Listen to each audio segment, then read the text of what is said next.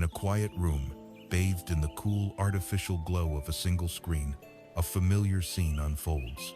A person sits, perhaps in a high-rise apartment overlooking a city that never sleeps, or in a suburban home where the silence feels heavy. Their thumb moves in a slow, rhythmic dance, scrolling through a digital river of images. Images of success, of vibrant happiness, of lives curated to look perfect. And yet, inside them, there is a quiet, persistent hum, a feeling of being disconnected, a subtle emptiness that the light of the screen cannot fill. This is not a unique tragedy. It is the silent, shared experience of millions, a paradox of our modern age, where we have never been more connected, yet have often felt more alone. This feeling, this low-grade anxiety that hums beneath the surface of our days, is not a personal failure. It is a symptom of our time. We live in a world that is always on, a world that bombards us with information, with noise, with the constant, unspoken pressure to be more, to do more, to have more. We chase external goals, career milestones, material possessions, all under the implicit promise that they will deliver a lasting happiness. But so often, the arrival at that destination feels hollow. The new car loses its shine, the promotion brings new stresses, and the curated life on the screen feels like a costume we are tired of wearing. The anxiety, the stress, the profound sense of being adrift are the natural results of a life spent looking for peace in all the wrong places. But what if this feeling, this deep and aching sense of dissatisfaction, is not the end of the story? What if the suffering, the stress, the emptiness, is not a wall blocking your path, but is, in fact, a doorway, a quiet invitation to turn your gaze in a new direction? For thousands of years, there has existed a body of wisdom, a profound exploration of the human mind that begins with this very feeling. It is not a religion that demands your conversion or a dogma that requires blind faith. Think of it, instead, as a map of the mind, a practical, time-tested toolkit for navigating the turbulent waters of human experience and for discovering a peace that does not depend on the ever-changing circumstances of the outside world. This is an invitation to explore the wisdom of the Buddhist path, to see if the door of our suffering can indeed open onto a landscape of clarity, freedom, and profound inner peace. To begin this journey, we must start with a word that many of us find heavy, even uncomfortable. The word is suffering. In our culture, it brings to mind images of great tragedy, immense pain, and profound loss. And while it includes these things, the first truth of the Buddhist path points to something far more subtle, more pervasive, and more intimately familiar to every single one of us.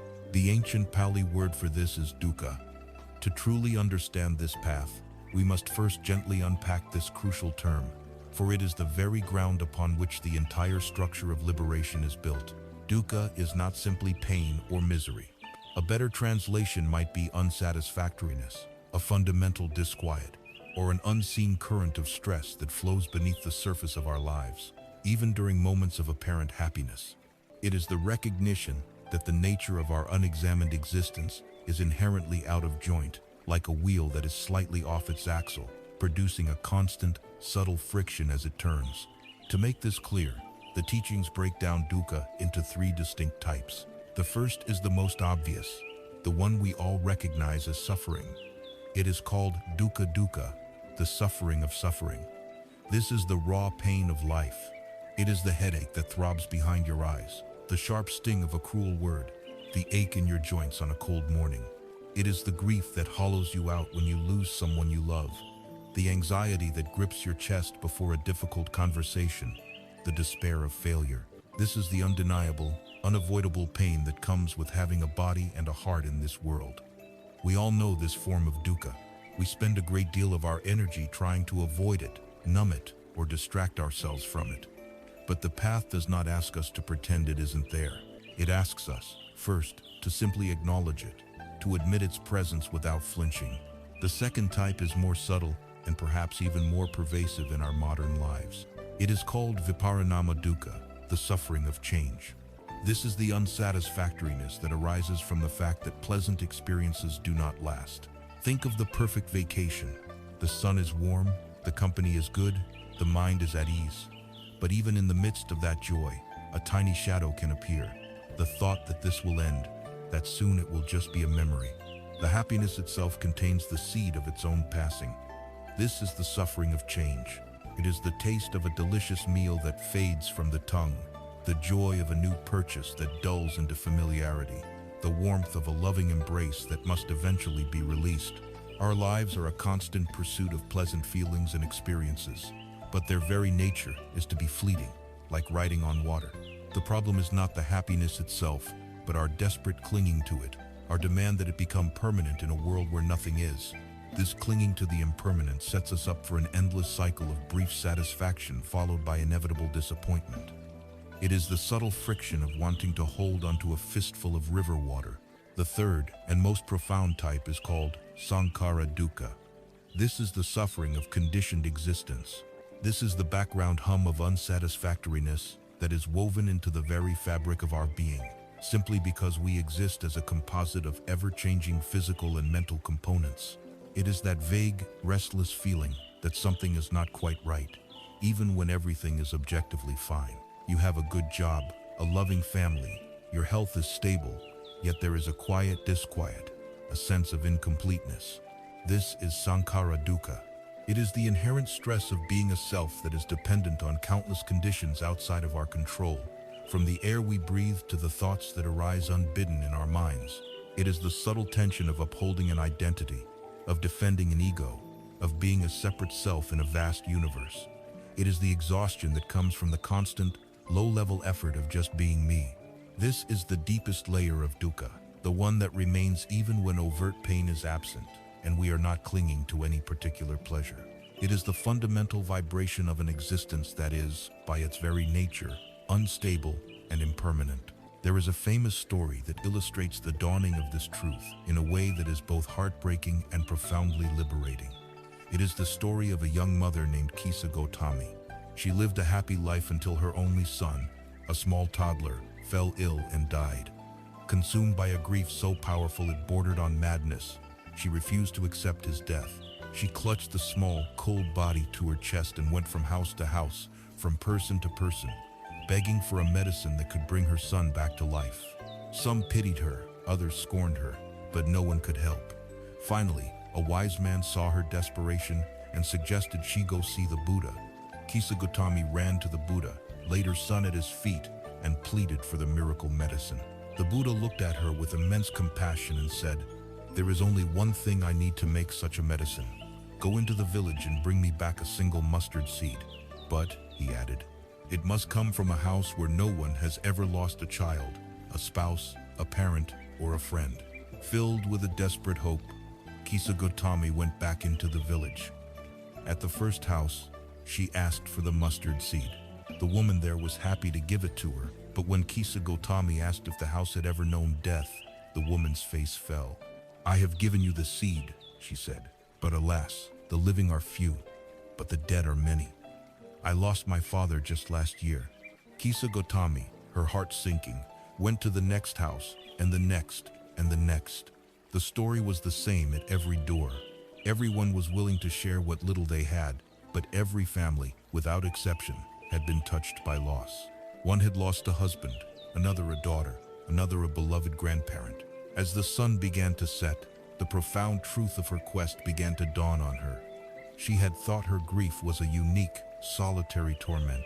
She now saw it as the shared, universal inheritance of all human beings. Her personal pain began to dissolve into a vast ocean of common experience. She was not alone in her suffering. In fact, her suffering connected her to everyone she had met. With this profound realization, she was no longer looking for a magical cure. She took the body of her son to the charnel ground, let go of her desperate clinging, and returned to the Buddha, not with a mustard seed in her hand, but with a deep, sober understanding in her heart. She had seen the first noble truth, not as a theory, but as a living reality. This is the first step on the path. It is not a morbid or pessimistic step. It is an act of supreme courage and honesty. It is the willingness to look squarely at our own lives, at our own minds, and to gently acknowledge these currents of dukkha. To notice the sharp pain of loss, the subtle disappointment when a good time ends, the background hum of restlessness on a quiet evening. To see this is not to surrender to it. It is to finally understand the nature of the landscape you are in.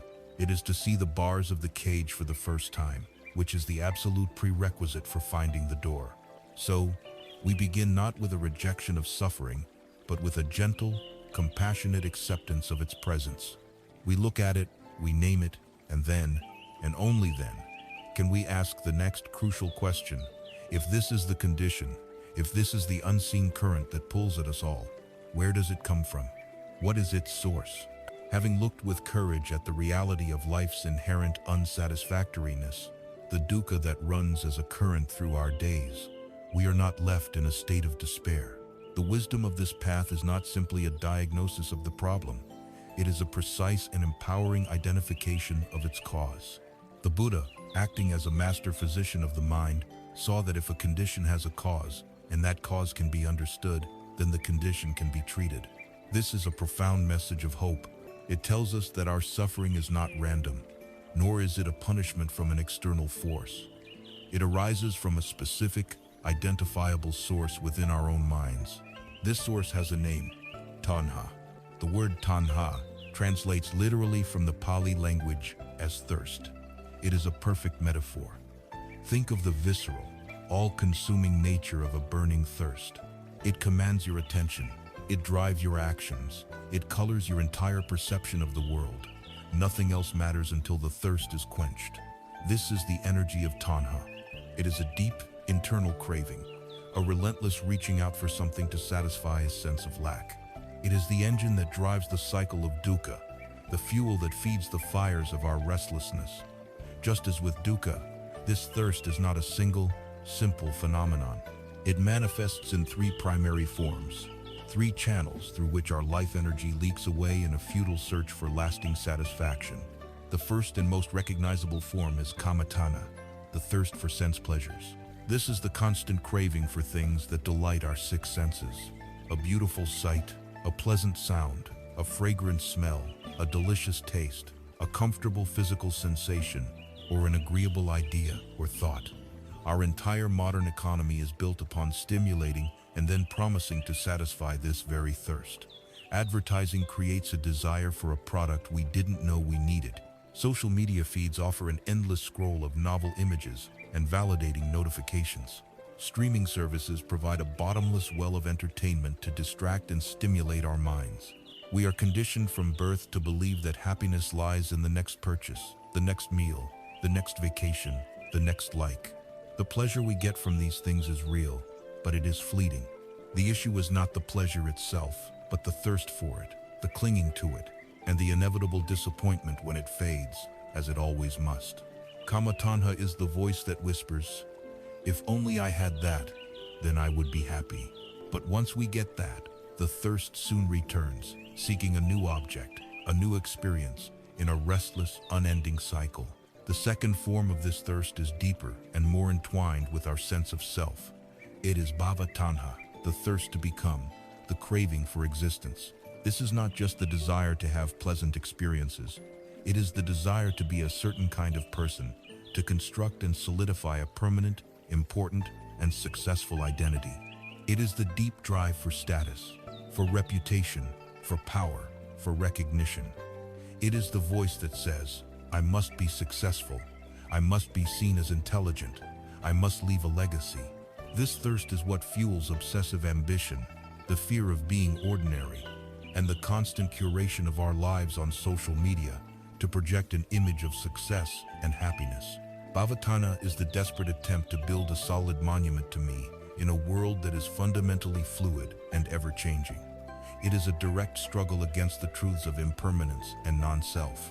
We crave to exist as a fixed, separate, and important entity, and this craving creates immense tension and anxiety, because deep down, we sense that this solid self is an illusion we must constantly work to maintain. The fear of failure, the envy of others' success, and the hollowness that can accompany great achievement are all fruits of this thirst to become. The third form is the shadow of the second. It is vibhavatanha, the thirst for non-existence or annihilation.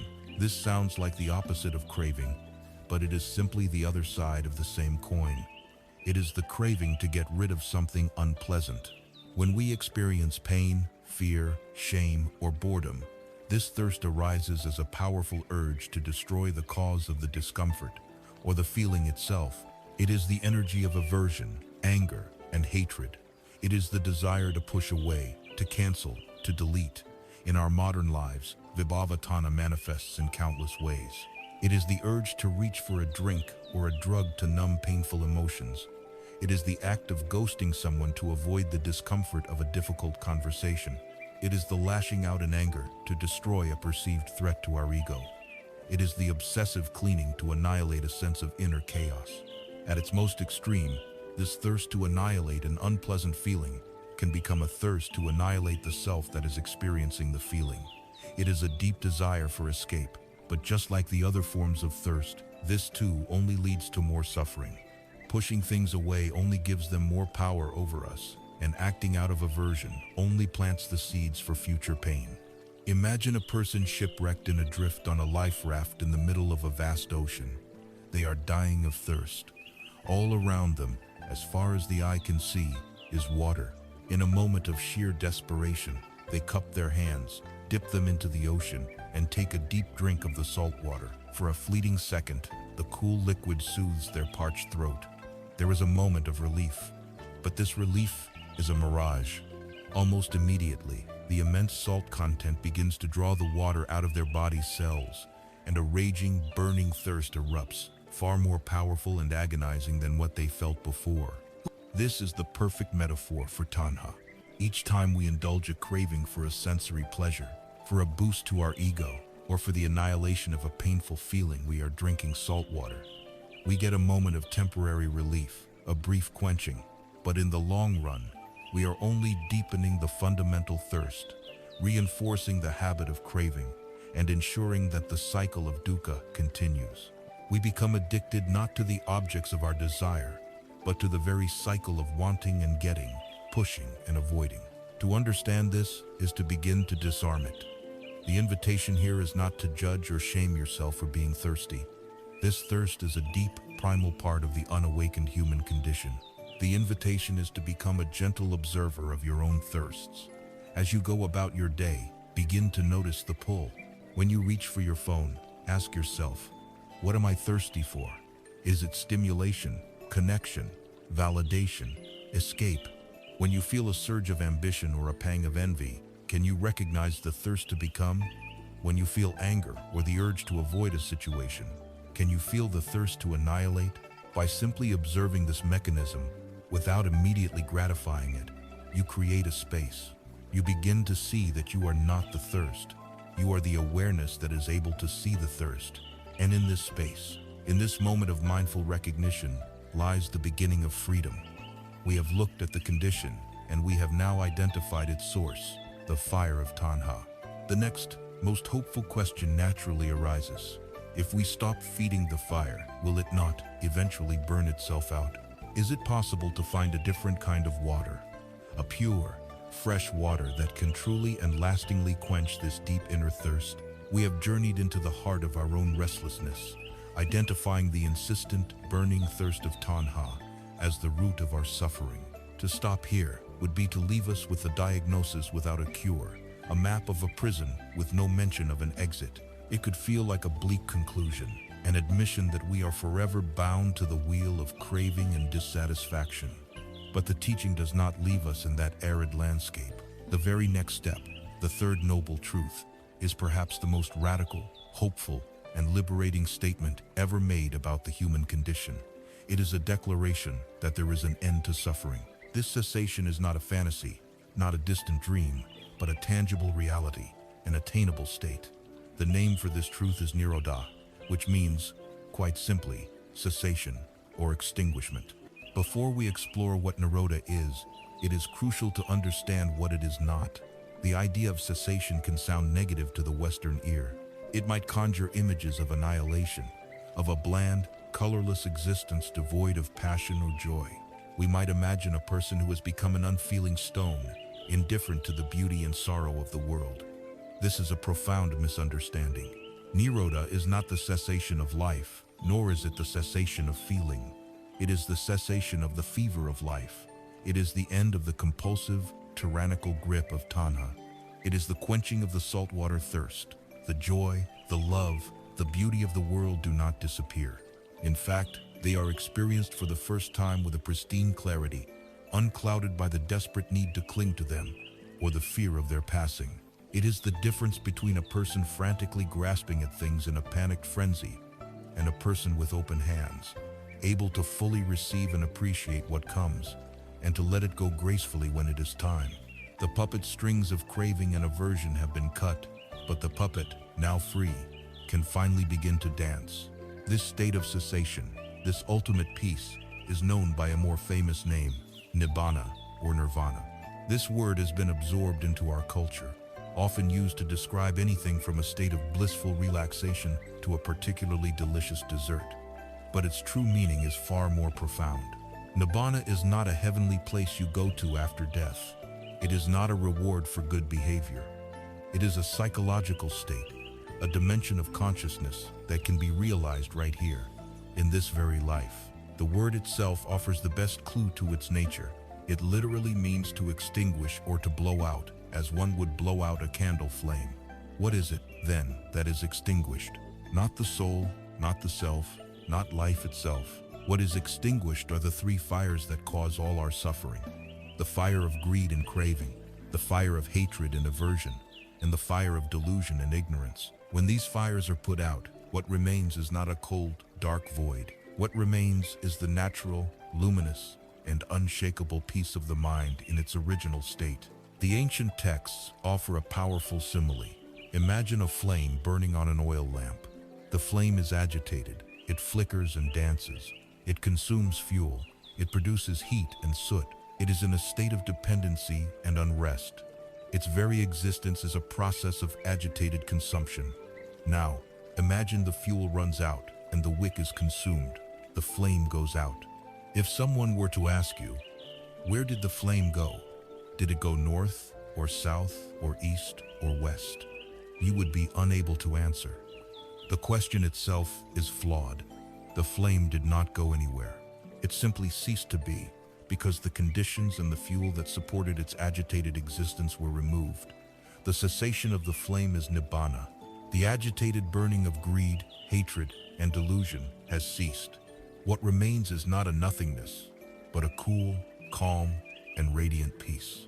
It is the end of the inner war, the laying down of a great burden we never even realized we were carrying. To make this more concrete, consider two ways of navigating the ocean of life. The unawakened life, driven by tanha, is like being in a boat with 1,000 tiny leaks. You are constantly busy, frantically bailing out the water of anxiety, disappointment, and fear, just to keep from sinking. Your attention is always consumed by the next leak, the next problem. You are in a constant state of reaction, managing crises, never truly at ease, never able to lift your head and simply appreciate the voyage. The frantic bailing is the endless cycle of seeking pleasure and avoiding pain. It is exhausting and ultimately futile, as new leaks always appear. Nirodha, the cessation of suffering, is the realization that you can patch the holes. Through the practice of wisdom and mindfulness, you begin to systematically seal off the leaks where the water of dukkha gets in. The frantic bailing subsides. The boat becomes sound, whole, and seaworthy. This does not mean that the ocean becomes calm. Storms will still arise, life will still present challenges, loss, and pain. But now, you are in a vessel that is fundamentally sound. You are no longer in a state of constant, panicked survival. You can navigate the waves with skill, with clarity, and with a deep, underlying sense of peace, knowing that your own vessel is secure. You are no longer at war with the ocean. You have learned to sail upon it. This third noble truth is the promise that gives the entire path its purpose. It is the guarantee that liberation is possible. It provides the hope that is necessary to undertake the journey. Without this promise, the first two truths might lead to nihilism or despair. But with the promise of Nirodha, the first two truths become empowering information. They are simply the data we need to orient ourselves. Knowing that there is a shore of ultimate peace gives us the courage to leave the familiar, yet painful, shore of our habitual existence. It transforms the path from a grim duty into a journey of discovery, It is the light on the horizon that encourages the sailor to keep going, even through the darkest nights. It tells us that peace is not an accident. Freedom is not a matter of luck. They are the natural results of removing specific causes and conditions. There is a way out of the prison of our own reactivity, a way to lay down the burden, a way to come home to a peace that surpasses all understanding. And so, we are left with a powerful and practical question. We have seen the illness of dukkha. We have identified the virus of tanha. We have now seen the definitive proof that a cure, nirodha, exists. What then is the medicine? What is the specific, detailed, step-by-step prescription we need to follow to walk from this shore of suffering to that far shore of peace? How do we actually go about extinguishing the flames? We have arrived at a pivotal moment in our journey. We have looked into the nature of our shared disquiet, the pervasive reality of dukkha. We have identified its source in the burning, insatiable thirst of tanha, and we have been given the profound and hopeful promise of nirodha, the truth that this thirst can be quenched and this suffering can end. The question that hangs in the air, filled with a new sense of possibility, is how? The answer to this question is the fourth noble truth, the medicine itself. It is not a single magic pill, but a comprehensive, practical, and elegant system of living. It is a path to be walked, a discipline to be cultivated. This is the Noble Eightfold Path, or in Pali, Aryo Attachan Gikomaga. This path is often called the middle way. Before the Buddha attained enlightenment, he had experienced both extremes of life. As a prince, he lived in a palace of immense luxury, indulging every possible sensory pleasure. This, he found, led not to lasting happiness, but to a subtle and cloying sense of ennui. Later, as a wandering ascetic, he practiced extreme self-mortification, starving his body and pushing it to the brink of death. This too, he found, did not lead to liberation, but only to a weakened body and a clouded mind. The Noble Eightfold Path is the fruit of this discovery. It is the middle way that steers clear of the two dead ends of sensual indulgence and self-torture. It is a path of wisdom, balance, and diligent cultivation. It is called the Eightfold Path because it is composed of 8 interconnected factors. These are not a sequence of linear steps where you master one before moving to the next. Rather, they are like the strands of a single, strong rope, each one supporting and strengthening all the others. They are to be developed simultaneously, each one informing and refining the rest. To make this profound system easier to grasp, these 8 factors are traditionally grouped into 3 essential aspects of training: wisdom, ethical conduct, and mental discipline. The first division is wisdom, or panya in Pali. This is the foundation, the compass that orients us and points us in the right direction. It consists of 2 factors. The first is right view, or samaditi. This is the starting point and the guiding principle of the entire path.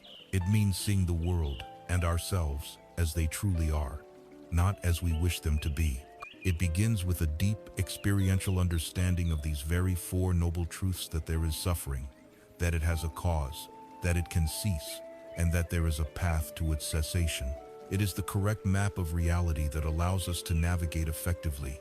Without right view, any effort we make could lead us in the wrong direction. The second factor of wisdom is right intention, or samma sankappa. Once we have the right map, we must align our hearts with the journey. Right intention is the quality of our motivation. It is the conscious choice to direct our thoughts and energies in a wholesome direction. This is traditionally broken down into 3 parts. The intention of renunciation, which is the will to let go of our clinging and craving. The intention of loving, kindness, which is the will to cultivate goodwill and harmlessness toward all beings. And the intention of compassion, which is the will to act to relieve the suffering of others. Right intention ensures that our journey is fueled not by ambition or fear, but by wisdom and love. The second division of the path is ethical conduct, or sila. This is where our inner wisdom and intention begin to manifest outwardly in our interactions with the world. It is about living in a way that causes no harm to ourselves or others, creating the peaceful external conditions that are necessary for deep inner work. It consists of 3 factors. The first is right speech, or samma vāca. This involves abstaining from lying, from divisive speech that sets people against each other, from harsh speech that hurts others, and from idle chatter that clutters the mind.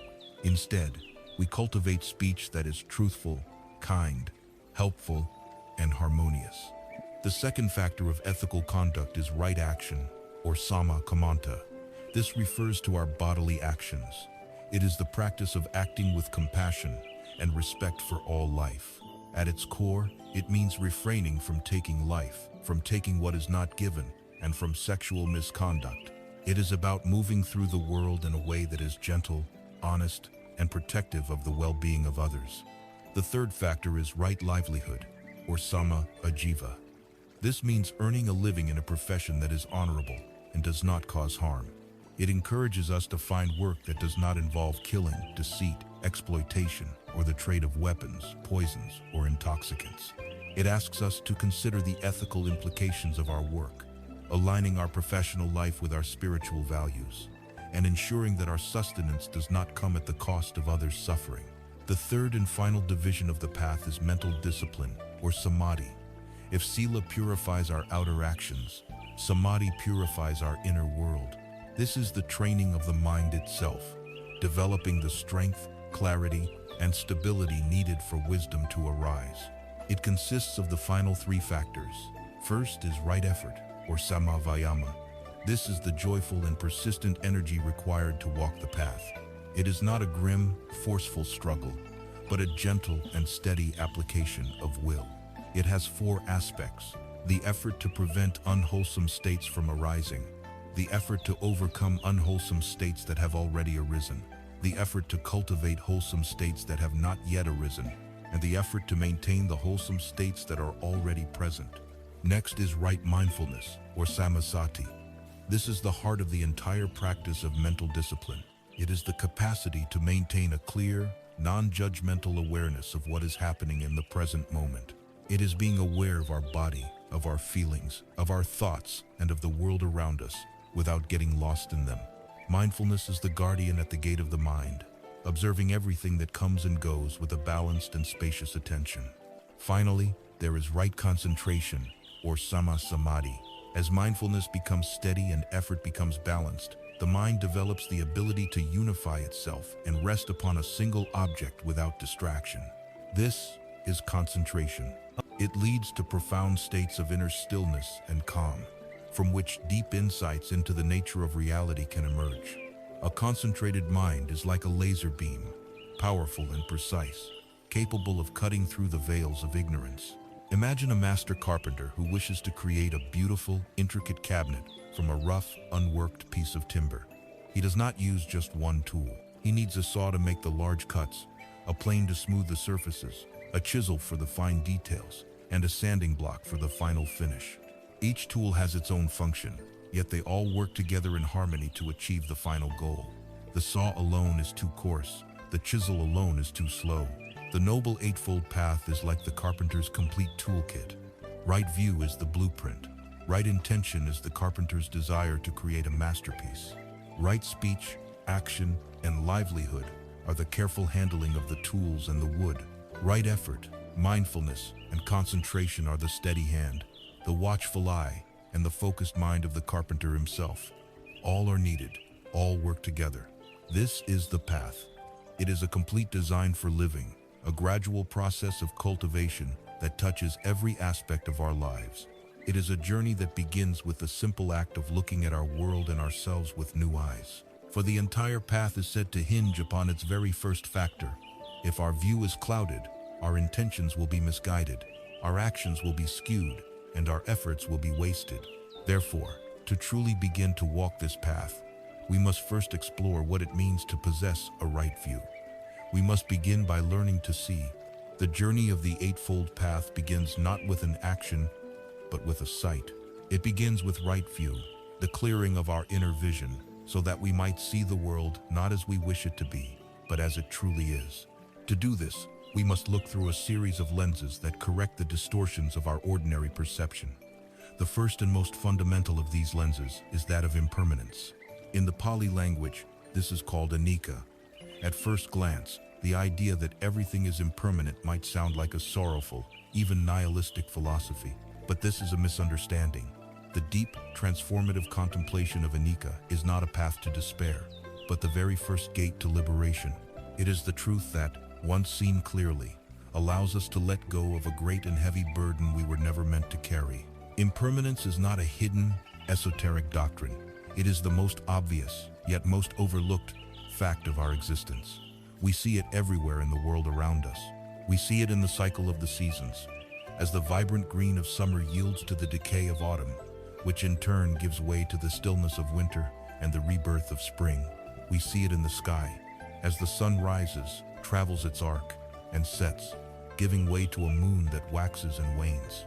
A mighty mountain, the very symbol of permanence, is slowly but surely being worn down by wind and rain. A towering skyscraper, a monument to human ingenuity, begins its slow process of decay the moment it is completed. Nothing fabricated, nothing compounded, can escape this universal law of change. Things come into being, they exist for a time, and they pass away. This is the natural rhythm of the cosmos. This truth becomes far more personal and potent when we turn the lens of anicca upon ourselves. Look at your own body. It is not a static object. It is a dynamic, ceaseless process. With every breath, air flows in and out, changing you, sustaining you. Your heart beats in a constant rhythm, a drumbeat marking the passage of time. The cells in your body are constantly dying and being replaced. The body you have today is not the same body you had 7 years ago, nor is it the one you had as a child. The face that looks back at you from the mirror is a momentary snapshot in a lifelong process of aging.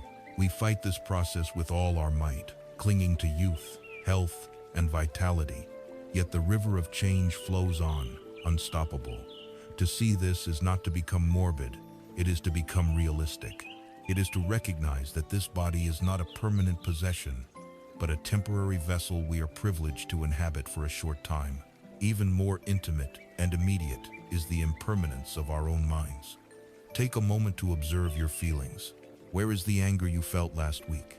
Where is the pure joy you felt on a happy occasion years ago? Emotions arise in the mind like clouds in the sky. They appear, perhaps triggered by a thought or an event. They linger for a while, coloring our perception, and then, inevitably, they dissipate. Happiness, sadness, fear, excitement, boredom, not a single one of them is a permanent resident. They are all visitors.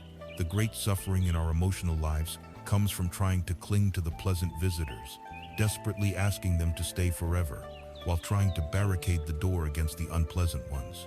When we understand the truth of anicca, we can learn to be a gracious host to all our emotional visitors, knowing that none of them will stay for good. We can experience joy more fully, without the fear of its loss, and we can endure sorrow with more patience, knowing that it too shall pass. The same is true for our thoughts. Our mind is a ceaseless waterfall of thoughts, ideas, memories, and plans. One moment we are thinking about a work project, the next about what to have for dinner, the next a line from a song pops into our head, unbidden. Where do these thoughts come from? Where do they go? They arise and vanish in an instant. Yet we invest so much of our identity in them. We believe we are our thoughts. We take the critical, judgmental, or anxious thoughts as gospel truth, allowing these fleeting mental events to dictate our sense of self-worth and our peace of mind. To see thoughts through the lens of anicca is to realize that they are not solid realities. They are mental weather. You are not the storm. You are the sky in which the storm is happening. This recognition creates a space of freedom, a place from which we can observe our thoughts without being enslaved by them. The great pain of human existence arises not from the fact of impermanence itself, but from our resistance to it. We live in a culture that sells us a fantasy of permanence.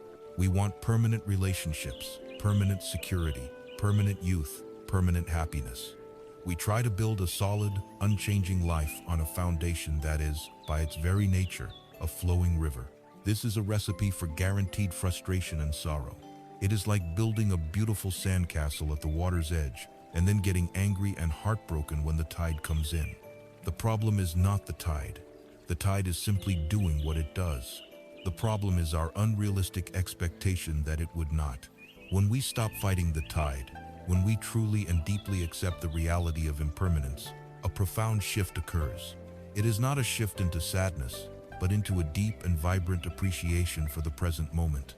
If we know that a joyful experience is fleeting, we savor it more completely. We are fully present with our loved ones because we know this moment is precious and will not come again in the same way. We look at a sunset with a sense of awe, knowing it is a temporary masterpiece painted on the sky. The fear of loss is replaced by a profound sense of gratitude. Paradoxically, accepting that nothing lasts allows us to love what we have now more fully and freely. It allows us to let go of past grievances more easily, knowing that the past is gone. And it allows us to face the future with less anxiety, knowing that difficult times, like all things, will also change.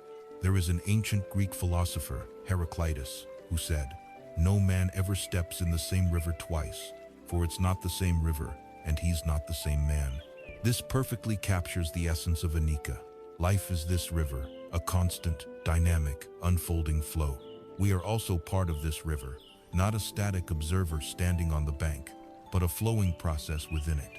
Our suffering comes from trying to stand still in the middle of this current, from trying to grasp a handful of water and hold it.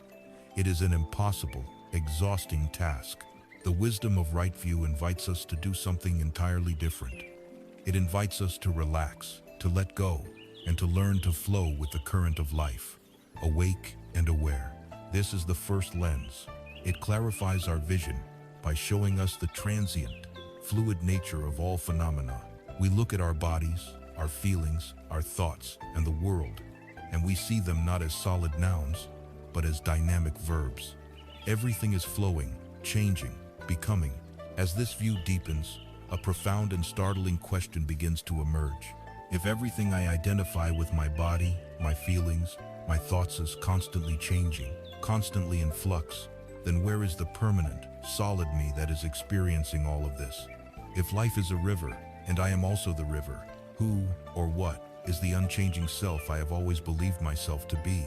Having put on the lens of anicca, we have seen the world and ourselves as a dynamic, ceaseless flow. Everything we once thought of as solid, our bodies, our possessions, our very thoughts and feelings, revealed itself to be a fleeting process, a temporary arrangement of conditions. This profound insight inevitably leads us to the door of an even more startling and transformative question, a question that sits at the very heart of the Buddhist path to liberation. If everything is in a state of constant flux, where, in all of this change, is the permanent, unchanging I? Who is the owner of these thoughts, the feeler of these feelings, the inhabitant of this body? Who is this self that we spend our entire lives trying to protect, promote, and please? The answer that this path offers is both radical and deeply liberating. It is the teaching of anatta, or non-self. This is perhaps the most challenging, most misunderstood, and most crucial of all the teachings. As soon as we hear the term non-self, our minds may recoil in fear. It sounds like a declaration of our own annihilation, a cold philosophy that says we do not exist. But we must immediately put this fear aside. The teaching of anatta is not a denial of our existence. It is a re-examination of its nature. You are reading these words. You are breathing. You are alive. Anatta does not deny this. What it challenges is the deeply ingrained, instinctual belief that somewhere inside this psychophysical process, there is a separate, independent, and permanent entity, a core, a soul, a CEO that is the real you. To understand this, we must first distinguish between two kinds of truth. There is conventional truth, the truth of our everyday language and social agreements. On this level, of course, you have a self. You have a name, a personal history, a body that is distinct from the chair it is sitting on. This conventional self is necessary for us to function in the world. It is the self that signs a contract, that loves its family, that feels hungry and eats. The Buddha never denied this practical reality. However, there is also ultimate truth, the truth we find when we investigate reality with wisdom. From this ultimate perspective, the separate self that we assume to be so solid is revealed to be a construct, a useful label for a collection of constantly changing parts. Think of the word forest. On a conventional level, a forest is a real thing. You can walk into it. You can see it on a map. But if we investigate it on an ultimate level, what is a forest?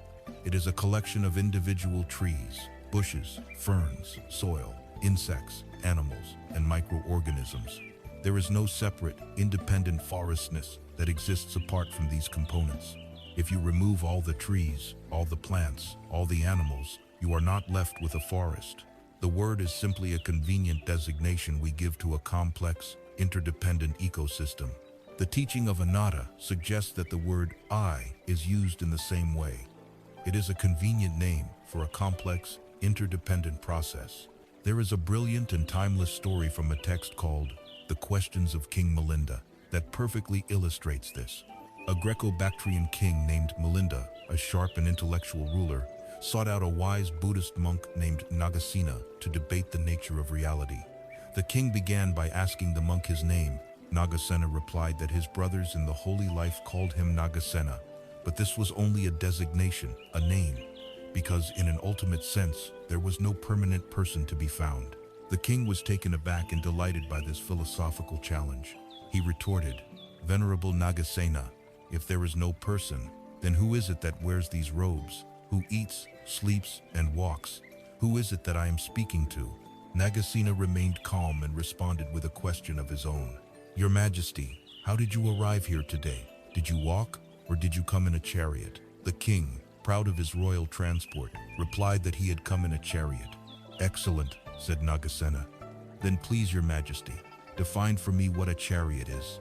Is the wooden pole that the horses are yoked to the chariot?" "No, venerable sir," replied the king. "Is the axle the chariot?" "No, it is not."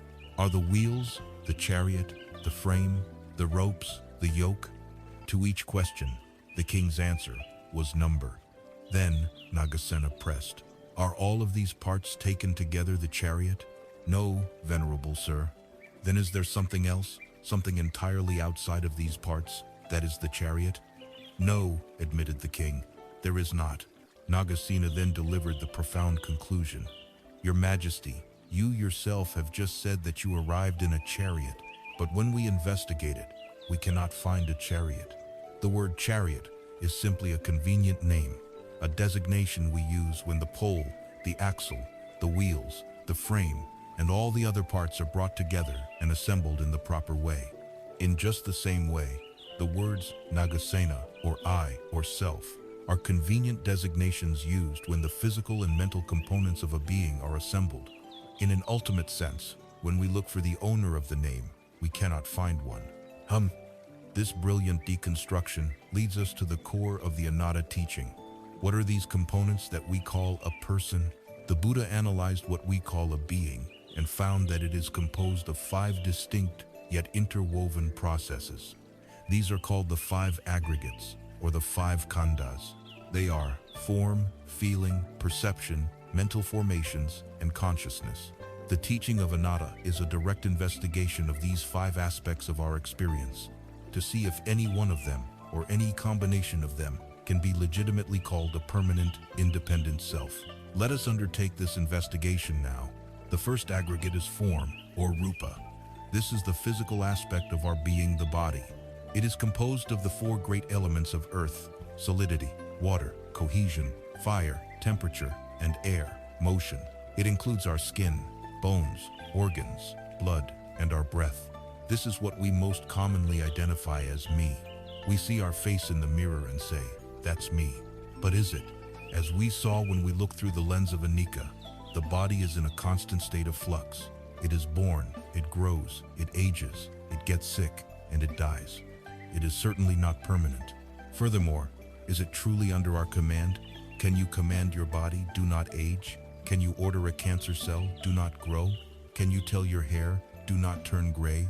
The body follows its own natural laws, often in direct opposition to our wishes.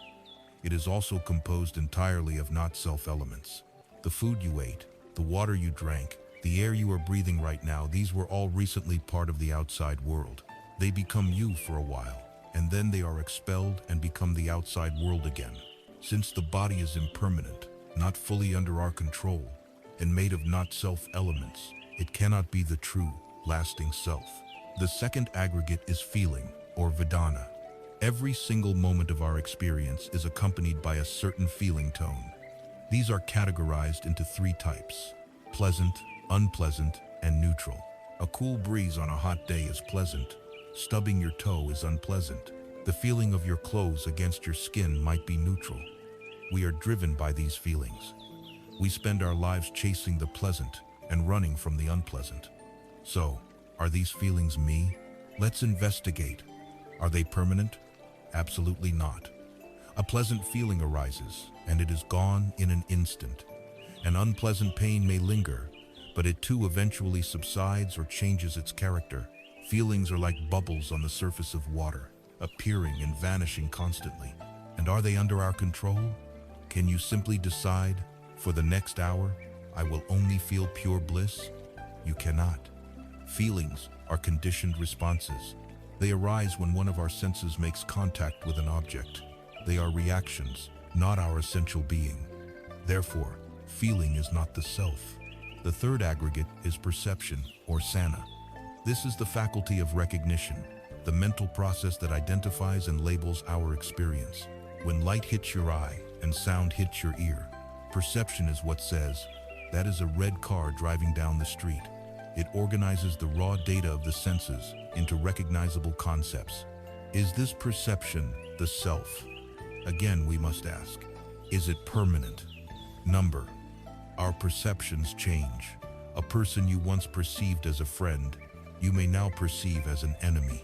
The way you perceive a political issue today may be completely different from how you perceived it 10 years ago. Perception is a conditioned process, shaped by our memory, our culture, our language, and our mood. It is fallible and unreliable.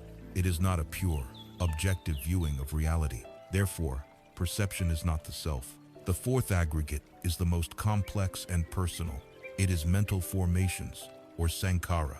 This vast category includes all of our volitional activities, our habits, intentions, biases, opinions, beliefs, moods, and all the myriad thoughts and stories that race through our minds. This is the aggregate that creates karma. It is the part of us that says, I think, I want. I am the kind of person who, this feels very much like me. But is it? Are your habits permanent? No, they can be changed with effort. Are your opinions permanent? No, they evolve with new information. Are your moods permanent? Certainly not. All of these mental formations are conditioned phenomena. They arise because of past causes and conditions. They are not a stable, essential core. They are more like patterns of energy, deep grooves of habit that can be smoothed out and repatterned. As these are all impermanent and conditioned, mental formations are not the self. This leaves only one final refuge for the self to hide in. The fifth aggregate is consciousness, or vijnana. This is the raw faculty of awareness, the knowing quality that is present when we see, hear, smell, taste, touch, or think. Many people, upon hearing the analysis so far, might think, okay, my body, feelings, and thoughts change. But the awareness behind it all, the silent witness, that must be the real me.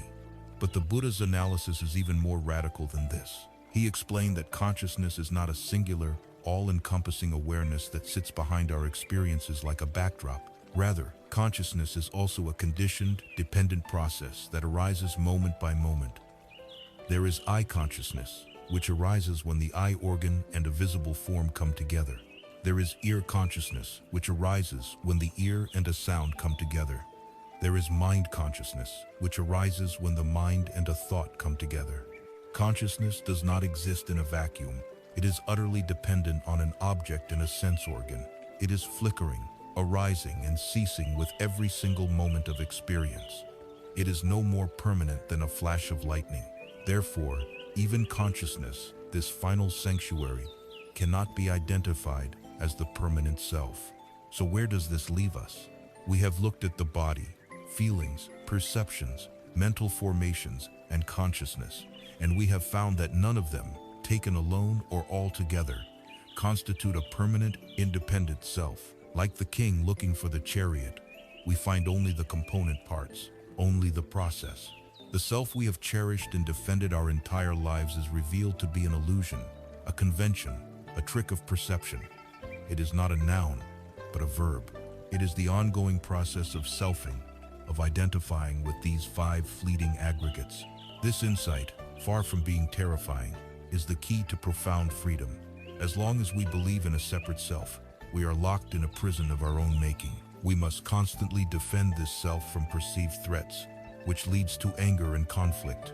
We must constantly promote this self and compare it to others, which leads to pride, jealousy, and anxiety. We feel its suffering as our own personal tragedy. When we see through the illusion of this separate self, the prison doors swing open. The heavy burden of protecting and promoting this phantom ego begins to fall away. Criticism is no longer a personal attack on me, but simply an unpleasant feeling and a set of thoughts passing through the process. Resilience grows, fear diminishes, and most beautifully, the walls that separate us from others begin to dissolve. As long as there is a solid me, there must be a solid you. This creates a fundamental sense of separation, which is the root of loneliness, misunderstanding, and cruelty. When we see that we are all interdependent processes, woven from the same fabric of existence, the ground for true compassion is established. Your joy and your suffering are no longer entirely separate from my own. We are interconnected in the most intimate way. The heart naturally opens when it is no longer constricted by the need to defend a non-existent self. This is the liberation of anatta. It is not the end of our existence, but the beginning of a truer Anian existence lived with less fear, less attachment, and a boundless, more compassionate heart. But this deep insight raises a crucial question. If there is no permanent self, no soul to carry on from one moment to the next, then what is it that provides continuity? How do actions performed now by this process lead to consequences later for this process? What connects the moments and lifetimes together in a coherent causal stream? We are standing at a profound juncture. Having journeyed through the unsettling truths of impermanence and non-self, we are left with a critical puzzle. If the self is not a solid, continuous entity, but rather a flowing process, what is it that carries the consequence of an action from one moment to the next? If the person who performs an act is not precisely the same person who experiences its result, how can there be any moral or causal accountability in the universe? The answer to this deep question is the teaching on karma. It is a word that, much like nirvana, is widely known but deeply misunderstood, often viewed as a synonym for fate, destiny, or a system of cosmic punishment. To walk the path of wisdom, we must strip away these misconceptions and see karma for what it is: a natural, impersonal, and profoundly empowering law of cause and effect, centered on the single most important element of our inner world, intention. The Buddhist teaching on karma was a radical departure from the fatalistic views of his time, and it remains so today. He stated, quite simply, that karma is not something that happens to you. Karma is something you do. It is not an external force dictating your life. It is the very energy of your own volition. The classic definition from the ancient texts is unequivocal. It is intention, monks, that I call karma. Having intended, one acts through body, speech, and mind. This single sentence shifts the entire focus from the outward appearance of an action to the inward quality of the mind that produces it. The engine of karma is not the deed itself, but the will, the motive, the satana behind the deed. Let us make this tangible. Imagine 2 people each giving $10 to a person begging on the street. Externally, the action is identical, but internally, their intentions might be worlds apart. The first person is moved by a genuine sight of suffering and feels a wave of compassion. Their intention is pure goodwill, a simple desire to alleviate another's hardship. The second person, however, gives the money because their friends are watching and they want to appear generous and virtuous. Their intention is rooted in ego, a craving for a positive reputation. While the recipient gets $10 in both cases, the karmic seeds planted by the 2 givers are entirely different. The first person has planted a seed of selfless compassion, an intention that is spacious, open, and leads to peace. The second has planted a seed of attachment to self-image, an intention that is constricted, self-serving, and leads to further entanglement. The universe doesn't have a scoreboard that marks down +10 for each person. Rather, the very quality of the intention itself alters the mind stream of the person who holds it. creating a disposition for future happiness or future suffering. To understand what makes an intention skillful or unskillful, we look to its roots. The teachings identify three unwholesome roots, the three poisons that contaminate our intentions and lead to suffering. These are greed, the grasping mind that wants more; hatred, the aversive mind that pushes away and wants to destroy; and delusion, the ignorant mind that does not see reality clearly. Any intention colored by these poisons, an intention to get something for yourself, to harm another, or one born from confusion, is considered unskillful karma. It creates a tight, agitated state of mind and plants seeds that will eventually ripen into painful experiences. Conversely, there are three wholesome roots, the antidotes to these poisons. These are non-greed, which manifests as generosity and letting go; non-hatred, which manifests as loving, kindness, and compassion; and non-delusion, which manifests as wisdom and clarity. Any intention rooted in these qualities is skillful karma. It creates a spacious, peaceful state of mind and plants seeds that will ripen into experiences of happiness, ease, and connection for oneself and others. The most helpful way to visualize this process is through the metaphor of a farmer planting seeds. Imagine that your mind and the world you interact with is a fertile field. Your intentions are the seeds you hold in your hand. Each moment, you are choosing which seeds to plant. When you cultivate an intention of anger or jealousy, you are consciously planting a thorn seed in the field of your mind. When you cultivate an intention of patience or forgiveness, you are planting a seed for a beautiful flower. When you act with generosity, you plant the seed of a nourishing fruit tree. The action itself, the words you speak, the deeds you perform, is the act of placing that seed in the soil. Now, the results are not always immediate, just as a farmer does not get a crop the day after planting. This is a crucial point that helps us understand why life can seem unfair. The ripening of a seed, its fruit, is called vipaka. This ripening depends on other conditions: the soil, the rain, the sun. Similarly, the ripening of a karmic seed depends on supporting circumstances. This is why a skillful action might not bring an immediate reward, and an unskillful one might not bring immediate retribution. The seed lies dormant until the right conditions for its sprouting converge. This brings us to the empowering core of the karma doctrine. We are, in the present moment, the heirs of our past karma. The circumstances of our birth, our innate talents, our chronic difficulties, these can be seen as the ripening of seeds that were planted long ago by this same mind stream. This understanding fosters a radical acceptance of our present situation. Arguing with what is currently happening is as futile as a farmer screaming at the thorns that have grown from the seeds he himself planted last season. It is what it is. Bookend. This is the most important truth: we are not prisoners of our past. While we are the heirs of our past karma, we are the absolute creators of our present and future karma. In this very moment, you hold the seeds in your hand. The past is gone. It cannot be changed. But the power to choose what you plant right now is entirely yours. This means that no matter how many thorny weeds have grown from your past actions, you can, in this moment, begin planting flowers. You can change the entire landscape of your future. This is not fatalism. It is the ultimate doctrine of free will and human agency. It places the responsibility for the quality of your life squarely and gently back into your own hands. With this understanding, karma is no longer a frightening concept. It becomes our most valuable tool for skillful living.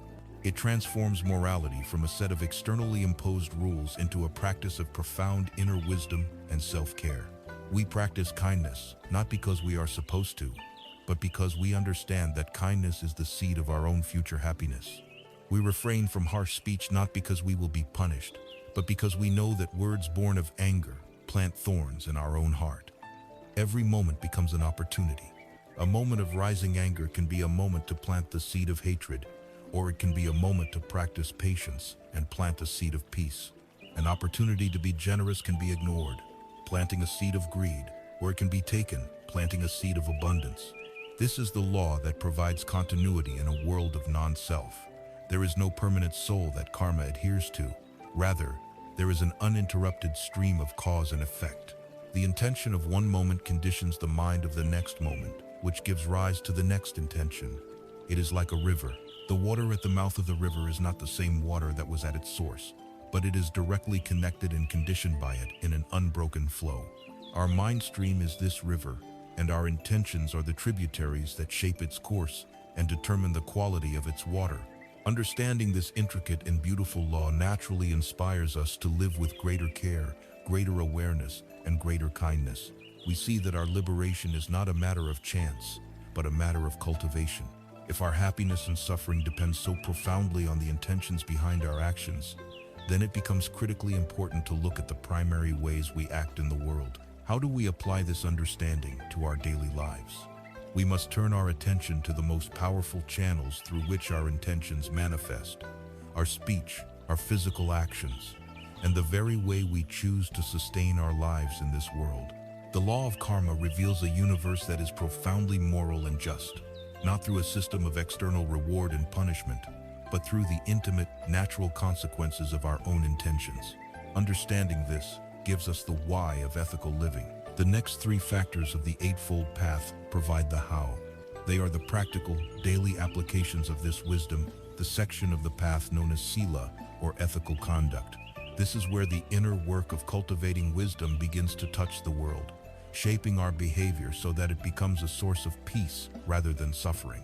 For many, the idea of ethics or morality brings to mind a rigid set of restrictive rules, a list of thou shalt nots that limit our freedom.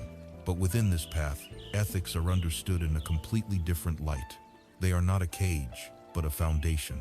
They are the practices that create a calm, stable, and fearless mind, a mind that is not agitated by guilt, remorse, or the fear of consequences. It is only upon this stable ground of a clear conscience that the deeper work of meditation and mental purification can successfully be undertaken. The first factor of this ethical training is right speech, or samavacha. We live in a world saturated with words. We speak, we text, we post, we comment, creating our reality and influencing others in a ceaseless torrent of communication. Our words have immense power. They can start wars or create peace. They can crush a spirit or inspire a soul. Right speech is the art of wielding this power with wisdom and compassion. It is defined by four related practices. The first is to abstain from false speech. At its most basic, this means not telling lies. It means being a person whose word is reliable and trustworthy. But it's deeper than that. It is about a commitment to representing reality as clearly as we can, living in truth rather than in deception. The second aspect is to abstain from divisive or slanderous speech. This is the practice of not using words to set people against one another. It is refraining from gossip that damages another's reputation, from backbiting, and from the kind of rhetoric, so common today, that thrives on creating an us versus them mentality. The positive practice here is to use words that promote harmony, that heal rifts, and that encourage reconciliation and understanding. It is to speak in a way that brings people together rather than driving them apart. Third, we practice abstaining from harsh speech. This includes yelling, insulting, belittling, and using words as a weapon to cause pain. It is recognizing that angry or abusive words pollute the mind of the speaker just as much as they harm the listener. The positive practice is to cultivate gentle speech. This does not mean being weak or never speaking a difficult truth. It means learning to communicate with kindness, patience, and care, even when the topic is challenging. It is the art of speaking truthfully without being brutal. Finally, the fourth aspect is to abstain from idle chatter. This is the practice of avoiding meaningless talk, pointless gossip, and communication that serves only to waste time and clutter the mind with noise. In an age of endless information and social media updates, this practice is more relevant than ever.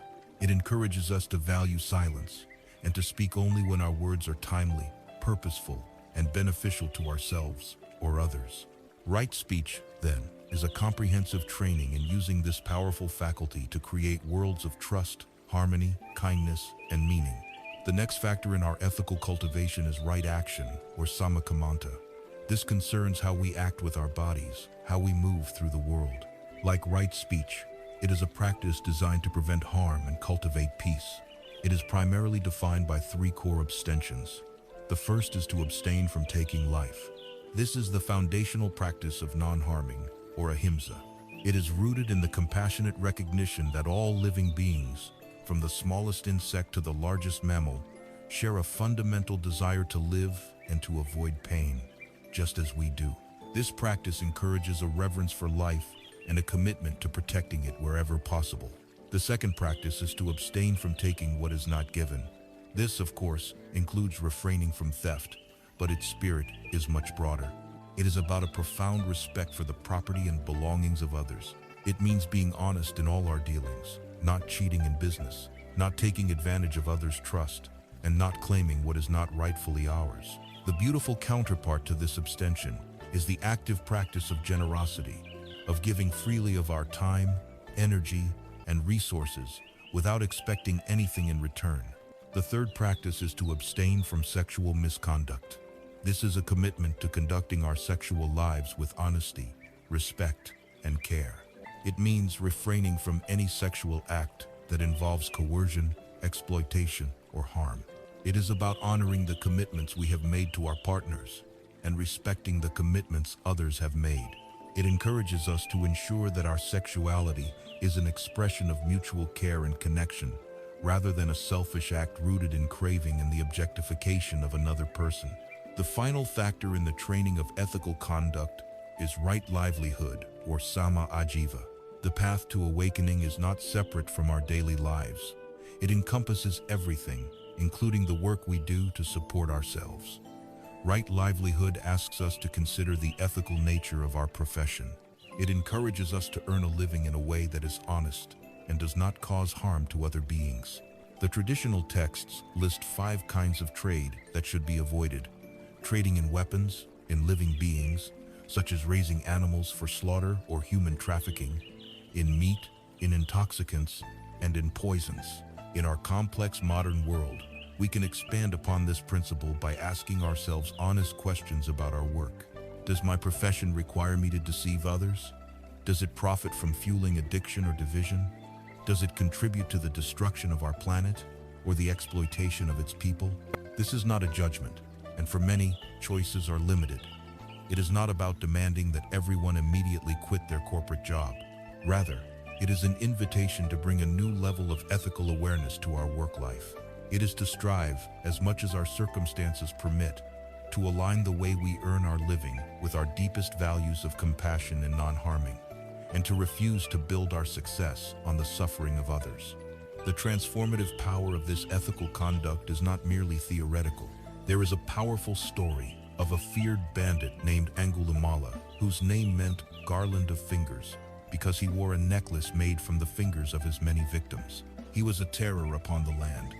Travelers would make long detours to avoid his path, and entire villages lived in fear.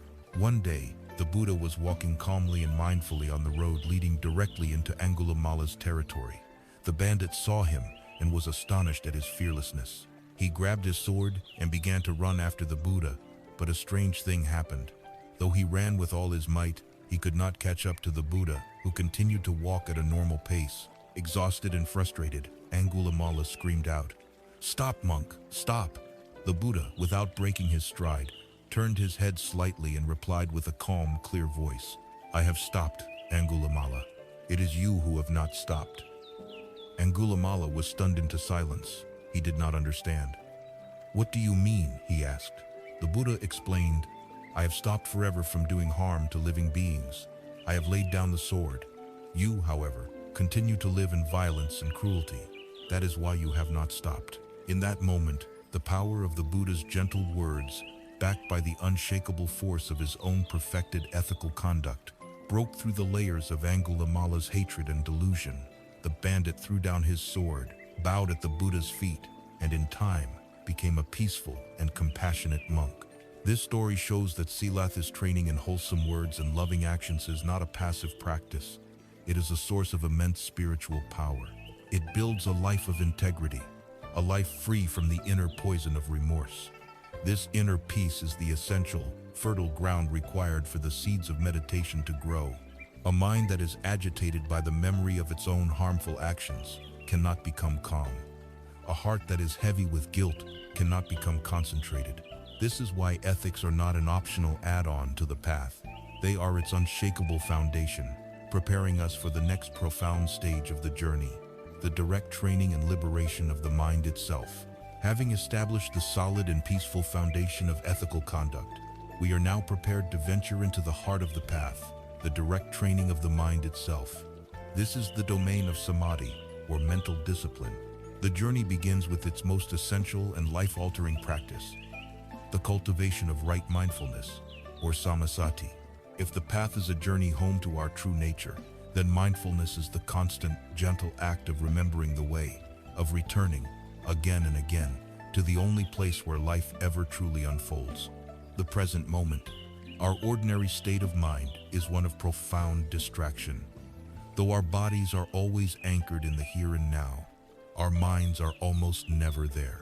They are time travelers, lost in the labyrinth of the past, replaying old conversations, nursing old grievances, or clinging to faded glories. Or they are rocketing into the future, rehearsing imaginary scenarios, consumed by anxieties about what might happen, or lost in fantasies of what we hope to achieve. This constant mental time travel is the source of so much of our anxiety and dissatisfaction. We are haunted by a past that no longer exists and apprehensive of a future that has not yet arrived. And in the process, we miss the only thing that is real, the richness of the present moment. Right mindfulness is the radical practice of bringing the mind back from its wanderings and gently, firmly, placing it right here, right now. It is vital to understand what mindfulness is and what it is not. Mindfulness is not an attempt to empty the mind or to stop our thoughts. This is a common misconception that leads many to frustration, believing they have failed when their minds inevitably continue to think. The mind's nature is to produce thoughts, just as a heart's nature is to beat. The goal of mindfulness is not to stop this process, but to change our relationship to it. It is to learn to witness our thoughts without being swept away by them, to see them as passing mental events rather than as absolute truths or direct commands. Nor is mindfulness simply a relaxation technique. While a state of calm is often a beautiful result of the practice, the primary purpose of mindfulness is not calm, but clarity.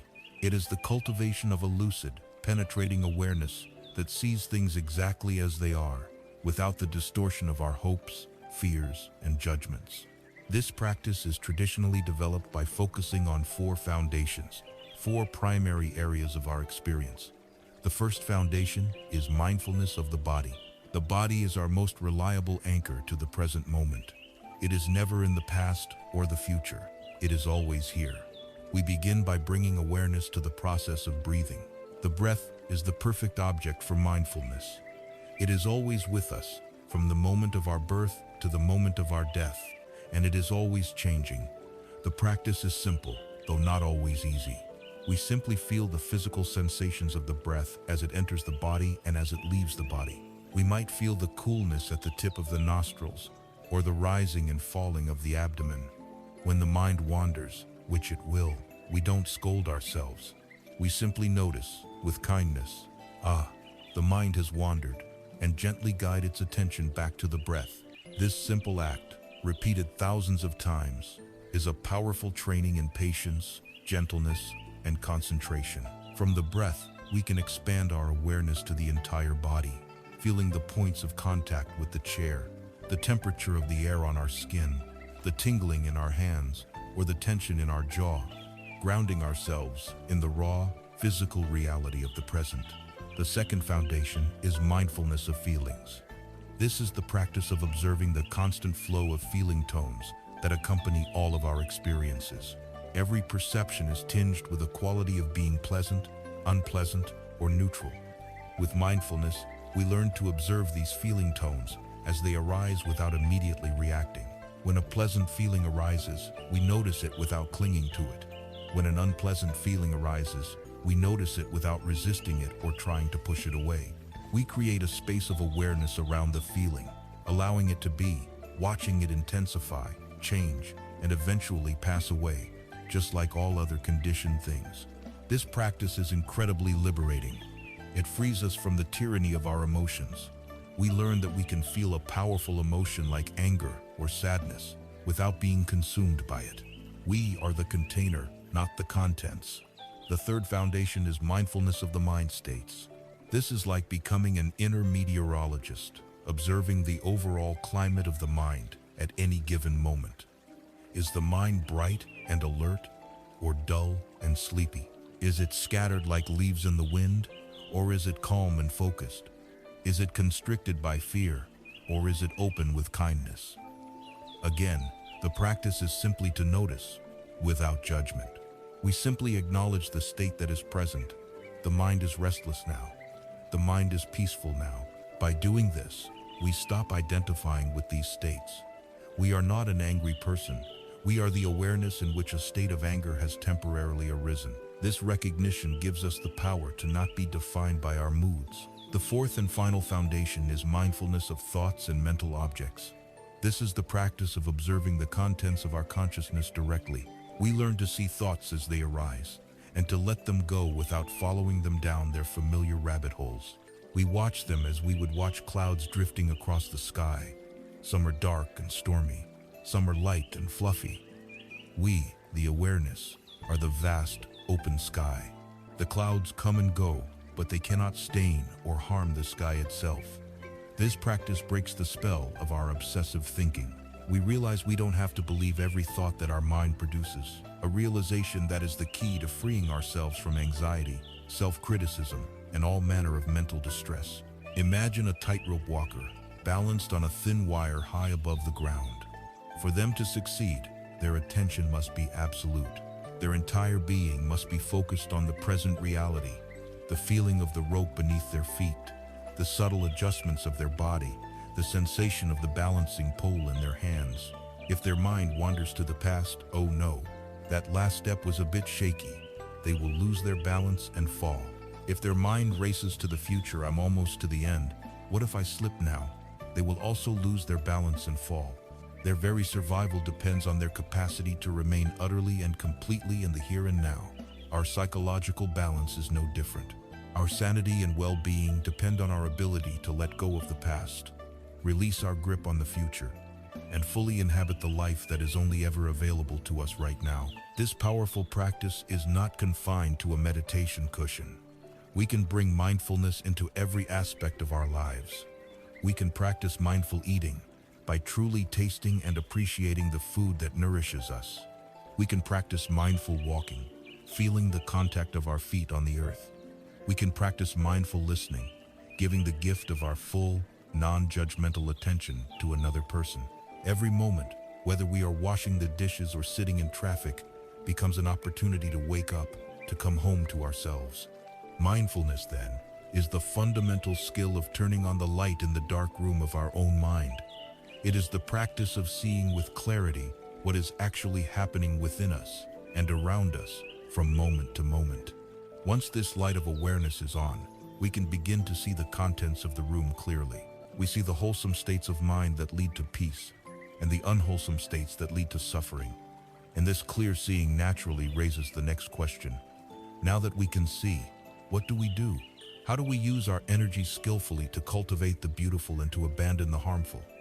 This is the domain of right effort, the active and joyful partner to the receptive clarity of right mindfulness. On the firm ground of ethical living, we have cultivated right mindfulness, the luminous, non-judgmental awareness that watches the present moment unfold. Mindfulness is the lookout in the crow's nest of a ship, seeing everything on the horizon, the fair weather and the storms, the friendly ships and the pirates. It provides the essential clarity to know what is happening. But for the ship to hold its course, especially in a storm, it needs more than a lookout. It needs an anchor. This is the role of the final factor in the training of mental discipline. It is right concentration, or samadhi. If mindfulness is the spacious, open awareness that accepts all things, concentration is the focused, unified power that can rest, unwavering, on one thing. It is the practice of gathering the scattered rays of our attention and focusing them into a single, steady, and peaceful beam. Right concentration is the fruit of sustained mindfulness and effort. It is a state where the mind, which is normally fragmented and dispersed, becomes collected and unified. In our daily lives, we experience momentary flashes of concentration when we are absorbed in a task we love, a musician lost in their music, an artist deep in their painting, a scientist on the verge of a breakthrough. For that period of time, the chattering inner monologue subsides, the sense of a separate self can fade, and there is only the activity itself. These are fleeting tastes of samadhi. The practice of meditation is the intentional cultivation of this state, making it a reliable and accessible inner refuge. It is the deep, restorative stillness that our agitated modern minds so desperately need. The most common and direct path to cultivating concentration is through dedicated meditation practice, often using the breath as the primary object of focus. The instruction is deceptively simple. Having found a comfortable and stable posture, we bring our full attention to the physical sensations of the breath at a single, chosen point, perhaps the tip of the nostrils, or the rise and fall of the abdomen. Our task is to rest our awareness on this sensation, to become intimately familiar with the beginning, middle, and end of each in-breath, and the beginning, middle, and end of each out-breath. We are not trying to control the breath or change it. We are simply using its gentle, rhythmic presence as an anchor for the mind. Inevitably, the mind will wander. This is not a sign of failure. It is simply what minds do. A thought will arise, a memory will surface, a sound will catch our attention, and we will find that we have forgotten the breath entirely. The true practice of concentration lies in this very moment of recognition. The moment we notice that the mind has wandered is a moment of mindfulness. In that moment, we gently and without criticism acknowledge where the mind has gone. And then, with infinite patience, we guide it back to the breath. This process of focusing, getting distracted, noticing, and gently returning is the essence of the training. Each return journey is like a single push-up for the brain, strengthening the neural pathways of focused attention and calm. As we undertake this practice, we will inevitably encounter a set of common obstacles. These are known in the Buddhist tradition as the 5 hindrances, the primary mental states that prevent the mind from settling into peace. Understanding them is key to working with them skillfully. The first hindrance is sensual desire. This is the mind wanting something other than what is present. It begins to plan dinner, fantasize about a vacation, replay a pleasant memory, or crave a more comfortable posture. It is the grasping mind, always seeking a more pleasant sensory input. The second hindrance is ill will or aversion. This is the mind resisting what is present. It might be irritation at an external noise, frustration with the meditation itself, or anger as we get caught in a resentful memory. It is the mind that wants to push away, to destroy an unpleasant experience. The third is sloth and torpor. This is not just physical tiredness, but a mental heaviness, a dullness and fogginess that descends upon the mind. The mind loses its alertness, becomes murky and indistinct, and we may find ourselves nodding off. The fourth hindrance is restlessness and worry. This is the classic monkey mind, jumping restlessly from one branch of thought to another. It is the agitated mind that cannot settle, caught in endless loops of planning, worrying, analyzing, and rehearsing. The fifth and final hindrance is skeptical doubt. This is the nagging inner voice that questions the practice or our ability to do it. It whispers, "This is pointless. It's not working. I'm no good at this. Maybe I should be doing something else." This doubt saps our energy and undermines our resolve. The skillful way to work with these hindrances is not to fight them. Fighting them is like wrestling with a ghost. It only exhausts us and gives them more substance. The universal antidote is mindfulness. When you notice, for instance, that the mind is lost in planning, you can mentally note, gently and without judgment, planning or desire. You see it clearly as just a mental state, not a command you have to follow. Then you return to the breath. When you feel a wave of sleepiness, you can note dullness and perhaps even make the sensation of sleepiness itself the object of your curious attention for a few moments before returning to the breath. By meeting these hindrances with a kind and mindful awareness, we rob them of their power. They are seen for what they are, temporary, impersonal mental states, and not the entirety of who we are. There is a beautiful and simple analogy for this entire process. Imagine you have a large glass jar filled with water, but the water is mixed with fine mud and silt. If you hold it up, the water is completely opaque, cloudy, and you cannot see through it. This is the mind obscured by the 5 hindrances. If you try to clear the water by shaking the jar more vigorously, By fighting with the mud, you will only make it murkier. The practice of concentration meditation is the simple act of placing this jar on a steady, stable surface and letting it be. You do not interfere. You simply let it rest. At first, nothing much seems to happen, but if you are patient, the law of gravity begins to work. The heaviest particles of mud, gross forms of restlessness and aversion, begin to settle to the bottom. Then, the lighter particles, the more subtle thoughts and desires, also begin to drift downwards. Over time, if the jar is left undisturbed, all the mud will settle into a layer at the bottom, and the water above it will become perfectly clear, calm, and transparent. The water's natural clarity was always there. It was just obscured by the agitation. So it is with the mind. The mind's natural state is one of peace, brightness, and clarity. We do not need to create this state. We only need to allow the things that obscure it to settle. Samadhi is this state of settledness. The mud of the hindrances has not been violently thrown out of the jar. It has simply been allowed to come to rest, and in doing so, it no longer obstructs our vision. This profound state of inner stillness and clarity is not the final goal of the path. It is not an escape from life. It is a preparation for living life more fully and wisely. A mind that has been calmed and unified through the practice of concentration is an immensely powerful instrument. It is stable, resilient, and capable of seeing things with a depth and penetration that is impossible for a scattered mind. It is this clear, calm, and collected mind that is now perfectly prepared to undertake the most beautiful and heart-opening work of all, the deliberate cultivation of the boundless states of love and compassion that can transform our world. The path we have walked so far has been one of deep internal purification. We have cultivated the clear sight of wisdom, learning to see the transient and selfless nature of reality. We have established the solid foundation of ethical conduct, aligning our outer actions with our inner values.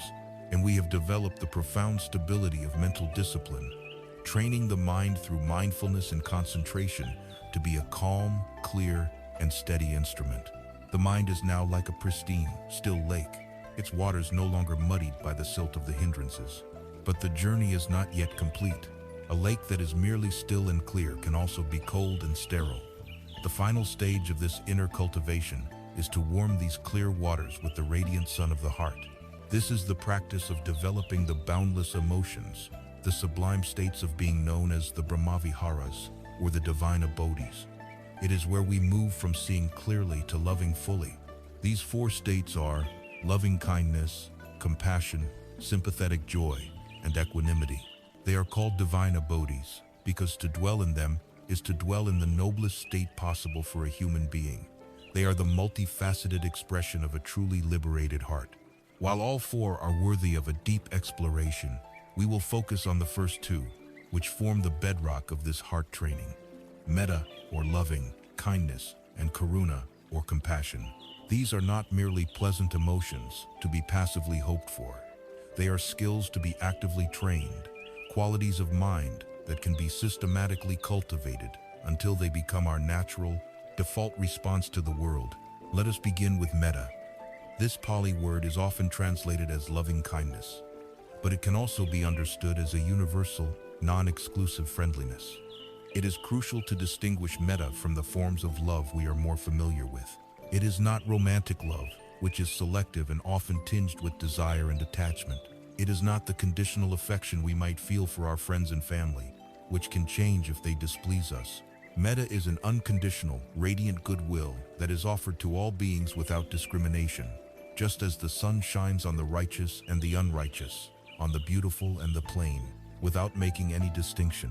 It is a simple, profound, and unwavering wish for the genuine happiness and well-being of others. The enemy of metta is, of course, hatred and ill will. But it also has a near enemy, a state that looks like metta, but is actually a counterfeit, selfish attachment. This is the love that says, "I love you because you make me feel good."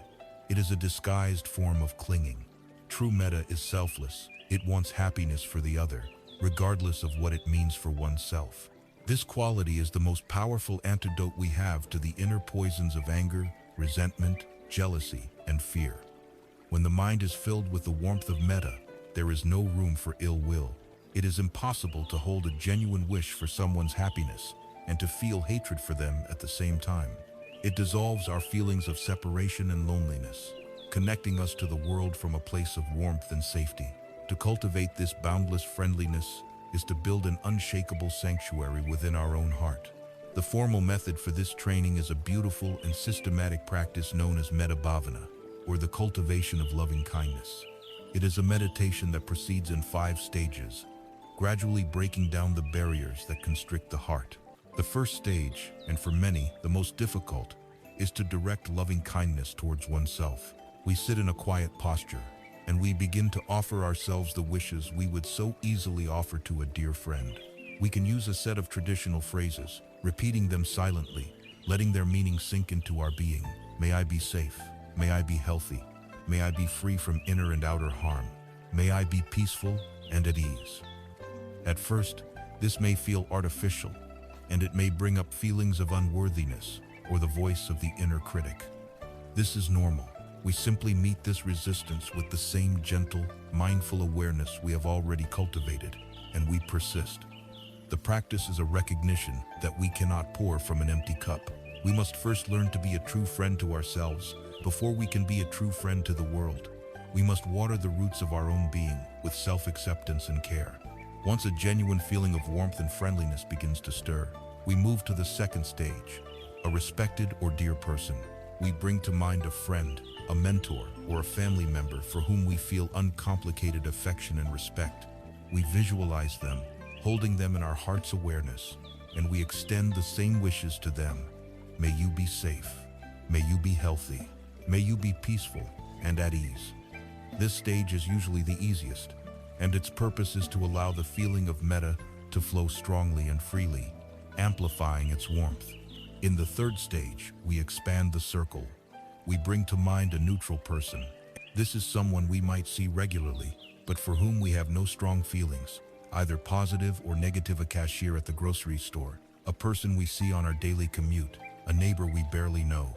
We often move through the world surrounded by such people, seeing them as mere background characters in our own drama. This stage challenges our indifference. We make an effort to see this person's full humanity, to recognize that they, just like us, wish to be happy and to avoid suffering. And we extend the same wishes of metta to them. May you be safe. May you be healthy. May you be peaceful. This is a powerful practice for dissolving the subtle walls of apathy that separate us from most of humanity. The fourth stage is the greatest challenge, and therefore the most transformative. We bring to mind a difficult person, someone with whom we have conflict, or for whom we feel resentment or anger. It is wise to start with someone only mildly irritating, not a person who has caused us deep trauma. The purpose here is not to condone their harmful actions or to force a superficial forgiveness. The purpose is to heal our own heart. Holding on to anger and resentment is like drinking poison and expecting the other person to be harmed. The practice of offering metta to a difficult person is the act of taking the antidote ourselves. Recognizing that their harmful actions likely come from their own deep suffering, we can try to wish them well. We might even change the phrasing slightly. May you be free from the anger and pain that causes you to act in this way. May you find true peace. This practice can be arduous, but it is the ultimate act of spiritual maturity, freeing us from the chains of our own bitterness. Finally, in the fifth stage, we let the heart become boundless. We radiate the feeling of metta outwards from ourselves in all directions. We extend it to all the people in the previous stage: yourself, the dear one, the neutral one, the difficult one, holding them all in an equal, loving embrace. Then we expand it further to everyone in our building, our city, our country. We expand it to all human beings on the planet. We expand it to include all animals, all insects, all beings seen and unseen, in all realms of existence. We radiate the wish. May all beings everywhere be safe. May all beings be happy. May all beings be peaceful and at ease. In this stage, the heart breaks through its final limitations and realizes its own innate, boundless capacity for love. This is metta. Now, what is karuna, or compassion? Karuna is what metta becomes when it comes into contact with suffering. If metta is the wish for happiness, karuna is the wish for the removal of suffering. The ancient texts describe it as the trembling or quivering of the heart in response to seeing pain in another. It is a deep empathy that moves beyond mere feeling into a genuine aspiration to help. Just as metta has a near enemy, so does karuna. Its far enemy is cruelty. Its near enemy is pity. Pity is not true compassion because it maintains a sense of separation and superiority. Oh, that poor person. I feel so sorry for them. I'm glad I am not in their position. True compassion dissolves this distance. It feels the connection, recognizes our shared vulnerability to suffering, and generates an active energy to alleviate it. We cultivate karuna by bringing to mind those who are suffering, a friend who is ill, a family member in distress, or the immense suffering present in the wider world, and holding them in our heart with a sincere, powerful wish. May you be free from this suffering. May you find relief and peace. These qualities are not passive sentiments. They are a form of spiritual power, a protective force that can disarm hostility and transform the world. The story of the Buddha and the elephant Nalagiri is a testament to this power. Devadatta, the Buddha's jealous cousin, arranged to have a ferocious war elephant intoxicated and let loose on the narrow street where the Buddha was walking. When the people saw the enraged elephant charging, trumpeting, and destroying everything in its path, they screamed and fled in terror. The Buddha's attendant, Ananda, tried to stand in front of him to protect him, but the Buddha gently moved him aside. He stood his ground, calm and unafraid, and radiated a powerful, unconditional wave of pure metta directly at the charging animal. The elephant, which could have crushed him in an instant, felt this immense wave of loving kindness. Its rage subsided. It slowed its charge, lowered its trunk, and walked peacefully to the Buddha, kneeling before him as he gently stroked its forehead. The force of hatred was completely subdued by the even greater force of love. Having journeyed through the cultivation of a mind that is not only clear, stable, and wise, but also warm, open, and boundlessly kind, we are now fully equipped. We have assembled a complete toolkit for inner transformation. The path has led us from understanding the nature of our suffering to developing the qualities of mind and heart needed to be free from it. With this integrated and powerful awareness, we can now turn to face the most pressing and complex challenges of our modern lives, beginning with the pervasive and often crippling experience of anxiety. Armed not with resistance, but with wisdom and an open heart, we have now arrived at a place of profound potential. We have walked the path of wisdom, seeing the transient and selfless nature of our world. We have cultivated the inner peace of a clear conscience through ethical living, and we have developed a mind that is both steady through concentration and warm with boundless love and compassion. We are no longer approaching life from a place of confusion and reactivity. We now possess a comprehensive and powerful toolkit for inner transformation. It is time to put these tools to work, to apply them directly to the most tenacious and difficult struggles of our modern human lives. We begin with one of the most pervasive afflictions of our age, a silent epidemic of the mind, the state of anxiety. Anxiety is a familiar specter to almost everyone. It is the knot in the stomach, the racing heart, the tightness in the chest. It is the frantic, looping monologue of "what if" that can hijack our minds and steal our peace. It is a state of fear, but a peculiar kind of fear, one that is often untethered to any immediate, tangible threat. It is the fear of the future. The anxious mind has left the present moment and is living in a catastrophic fantasy world of its own creation. It rehearses failures, anticipates rejection, and imagines disasters, and our sensitive nervous system, unable to distinguish between a vividly imagined threat and a real one, responds with the primal alarm of fight, flight, or freeze. The Buddhist approach to anxiety is not a magic cure designed to eradicate this feeling forever. Instead, it offers something far more profound and sustainable, a way to fundamentally change our relationship with anxiety. It teaches us how to stop being its victim and instead become its wise and compassionate witness. When a wave of anxiety arises, our instinct is to either fight it, go away, "I hate this feeling," or to be completely swept away by it, believing its catastrophic stories. The mindful path offers a third option. It is a step-by-step process of meeting fear with presence. The very first step, the first responder in this inner emergency, is to come home to the body through the breath. Anxiety lives in the imagined future, The breath is only ever happening right now. By deliberately shifting our attention from our racing thoughts to the simple, physical sensation of the breath entering and leaving our body, we perform a radical act. We are pulling the mind out of the future and anchoring it in the present. This has an immediate physiological effect. The anxious mind triggers the sympathetic nervous system, our body's alarm system. Deep, conscious breathing activates the parasympathetic nervous system, our body's natural relaxation response. So, the first instruction is simply this: feel your feet firmly planted on the ground, acknowledge the fear, and then bring your entire universe of attention to the feeling of one single in-breath and one single out-breath. This is your anchor in the storm.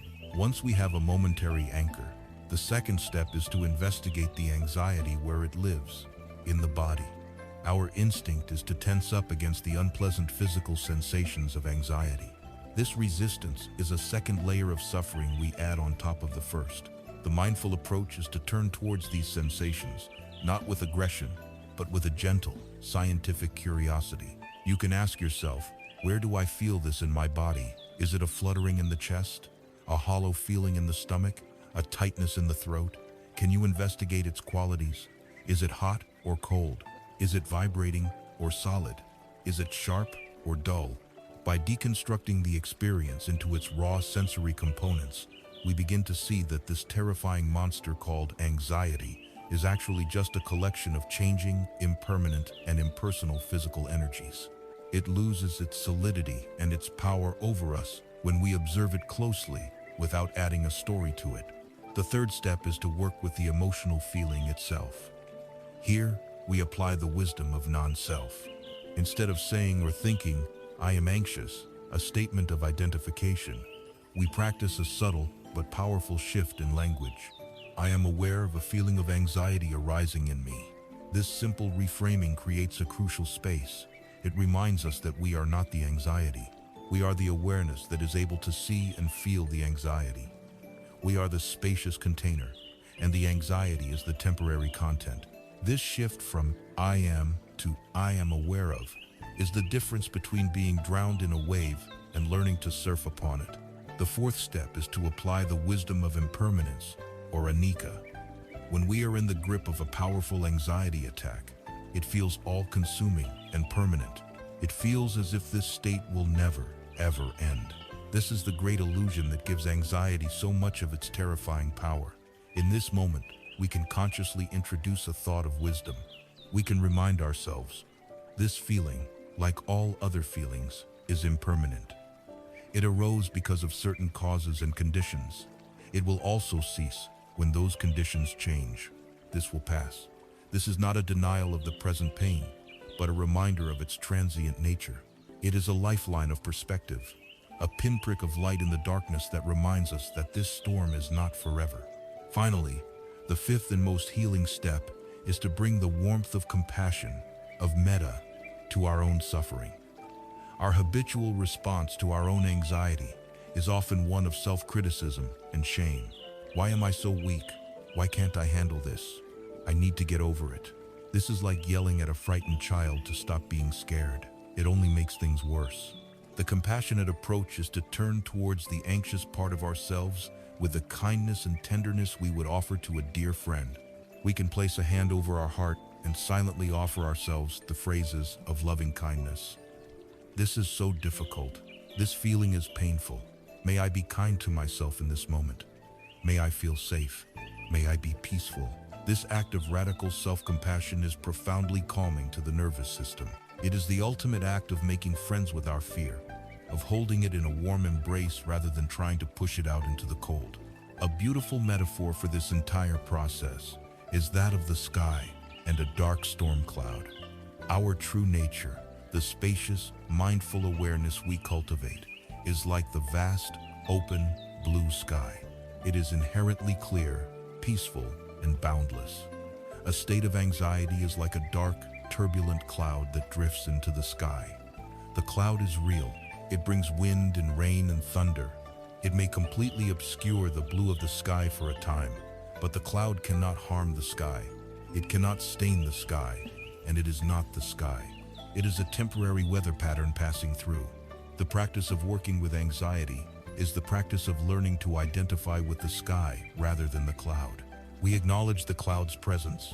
We feel its rain and wind without resistance, and we trust, with a deep wisdom, that the cloud will eventually pass, revealing the clear blue sky of our own awareness, which was there, unharmed, all along. By meeting anxiety with this integrated toolkit, the anchor of the breath, the curiosity of mindfulness, the perspective of wisdom, and the warmth of self-compassion, we fundamentally transform our experience. We move from being a terrified victim of our own mind to becoming a wise, resilient, and kind caretaker of our own heart. The goal is not a life with no clouds. The goal is to become the sky, spacious and brave enough to hold them all. Having learned to make friends with the fears of the future, we can now turn this same compassionate awareness to another of life's great challenges, the fire of anger, which is so often rooted in the pains of the past. Having learned to meet the future-oriented fears of anxiety with a wise and compassionate presence, we now turn our attention to its fiery, often past-oriented cousin, the powerful and destructive emotion of anger. Anger is perhaps the most seductive of all the mental poisons. It arrives with a surge of energy, a feeling of self-righteousness, and a deceptive promise of power. In a moment of rage, we feel strong, we feel justified, we feel alive. It is a fire that can feel intensely gratifying to wield. Yet, the wisdom of the path teaches us that anger is a fire that invariably burns the one who holds it. It sears our peace of mind, corrodes our relationships, and plants the karmic seeds for future suffering. The challenge, then, is not to suppress this powerful energy, which is like trying to hold a lid on a boiling pot, but to learn how to meet it, understand it, and skillfully transform its raw energy into wisdom and compassion. The first profound insight the path offers is that anger is very often a secondary emotion. It is a mask, a protective shield that our ego throws up to hide a deeper, more vulnerable feeling. Like a guard dog that barks furiously at the gate, the loud, aggressive display of anger is often protecting a tender, frightened part of ourselves. That primary feeling might be hurt, fear, shame, disrespect, or a profound sense of powerlessness. When someone's careless words sting us, the raw feeling is hurt, but the ego might find it safer and more powerful to react with anger. When we feel overwhelmed and out of control in our lives, we might lash out at a minor inconvenience, like being stuck in traffic, because anger gives us a temporary, illusory sense of control. When we make a mistake and feel the sting of shame, we might get angry at the person who pointed it out, because blame is easier to bear than inadequacy. The practice of transforming anger, therefore, begins with a courageous inquiry. When the heat of anger begins to rise, we can learn to ask ourselves, what is this fire protecting? What is the more vulnerable feeling that lies beneath this rage? This question shifts our entire orientation. We move from a mindset of external blame, "You made me angry," to one of internal curiosity and self-understanding. This does not excuse the harmful actions of others, but it stops us from giving them the power to control our inner state. We begin to see that the source of the fire is within us, and therefore, so is the water to extinguish it. To engage in this transformative work, we can employ a step-by-step process using the tools we have already cultivated. The first and most critical step is the application of right mindfulness to create a sacred pause. Anger arises and escalates with lightning speed. The space between the trigger, the insulting word, the frustrating event, and our habitual destructive reaction can be infinitesimally small. Our entire practice is to learn to insert the wedge of mindfulness into that space and widen it. This begins with mindfulness of the body. We train ourselves to become experts in our own personal anger signatures. What are the very first physical signs that the fire is being kindled? Is it a tightening in the jaw, a clenching of the fists, a rising heat in the chest and face, a shallowing of the breath? The very moment we can mindfully recognize one of these signs. There is heat rising.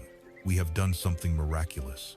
We have stepped out of the reactive, unconscious stream. We are no longer possessed by the anger.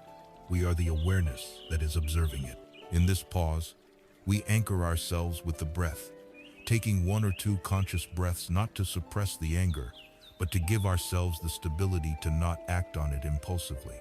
With this space created, we can move to the second step, Investigation with wisdom. Instead of immediately getting lost in the story, our mind is screaming, "This is outrageous. How dare they?" We turn our attention inward to the raw experience of the anger itself. We can observe it as a pure energy in the body. What does it actually feel like? A vibration, a pressure, a burning. By observing the raw sensations, we disconnect them from the narrative, and they begin to lose their power. We can then ask our investigative questions. What is the story my mind is telling me right now? Is it 100% true? What is the primary feeling this anger is shielding? This process deconstructs the anger from a solid, terrifying monster into its component parts: bodily sensations, thoughts, and underlying emotions. It becomes workable. The third step is a radical act of self-care, offering compassion to ourselves. Anger is a deeply painful and stressful state. The body is flooded with adrenaline and cortisol. The mind is agitated and at war. To add self-criticism on top of this, "I shouldn't be so angry," is to add another layer of violence. Instead, we can learn to attend to our own pain first. Placing a hand on our heart, a gesture of profound self-soothing, we can offer ourselves the warmth of metta. We can say to ourselves silently, "This is so painful. It really hurts to feel this much anger. May I be peaceful. May I be free from this suffering." This compassionate self-acceptance is the cool water that begins to douse the flames. It reassures the frightened part of ourselves that is being protected by the anger, letting it know that it is seen and cared for. Only when we have stabilized ourselves can we move to the fourth and most advanced step, attempting to cultivate compassion for the other person. Again, this is not about condoning their actions or becoming a doormat. It is a practice for our own liberation, for freeing ourselves from the poison of resentment. We can engage in a wise contemplation. Happy, peaceful, and secure people do not intentionally go around causing harm. Hurtful words and actions are almost always the product of a person's own deep-seated pain, fear, ignorance, and delusion. Their actions are a reflection of their own inner hell, not a reflection of our true worth. Seeing this, we can try to silently extend a wish of karuna, of compassion. May you be free from the suffering that causes you to act in this way. May you one day find the peace that I am seeking for myself. This practice dissolves the hard knot of blame in our own heart and allows us to move on, free from the burden of carrying a grudge, which only ever harms ourselves. The ultimate masterclass in this practice is found in the story of the Buddha and the insulting Brahmin. A man, hearing of the Buddha's fame, became enraged with jealousy and sought him out. He stood before the Buddha and unleashed a torrent of the most vile and abusive insults imaginable. The Buddha listened patiently and silently until the man had exhausted himself. When he was finished, the Buddha asked him a simple question: "My friend, if someone offers you a gift and you do not accept it, to whom does that gift then belong?" The Brahmin, confused, replied, "Well, it would belong to the one who offered it." The Buddha then smiled gently and said, "Exactly so, my friend. You have offered me a gift of insults and anger. I do not accept your gift." This simple exchange is a profound teaching on emotional sovereignty. The Buddha demonstrated that we have a choice. We do not have to internalize the negativity that others try to project onto us. Their anger is their gift, their karma. If we react with our own anger, we have accepted their gift, and now the poison is in our system. If we meet it with a calm, mindful, and compassionate presence, we politely refuse the gift. Their anger remains their own problem to deal with. By learning to meet the powerful energy of anger with this multi-layered approach, we transform it from an enemy that destroys us into a messenger that teaches us. We use the sacred pause of mindfulness to stop the wildfire. We use the clear light of wisdom to understand its source.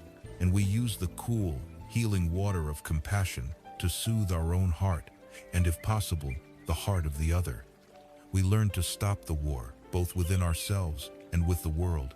The inner peace that results from this practice is immense. But we live in a world that constantly bombards us with stimuli that can fuel both our anxieties for the future and our angers about the past. A primary source of this agitation is the relentless cultural pressure to want more, have more, and be more. Having learned to cool the inner fires, we must now turn our attention to our relationship with the outer world of things and the pervasive modern religion of materialism. Having cooled the inner fires of anxiety and anger, we now turn our gaze outward to a powerful force that shapes our modern world and fuels these very afflictions. This force is the pervasive, often invisible religion of materialism. It is a faith with its own cathedrals, which we call shopping malls, its own sacred texts, which we call advertisements, and its own alluring promise of salvation, that happiness, peace, and fulfillment can be purchased.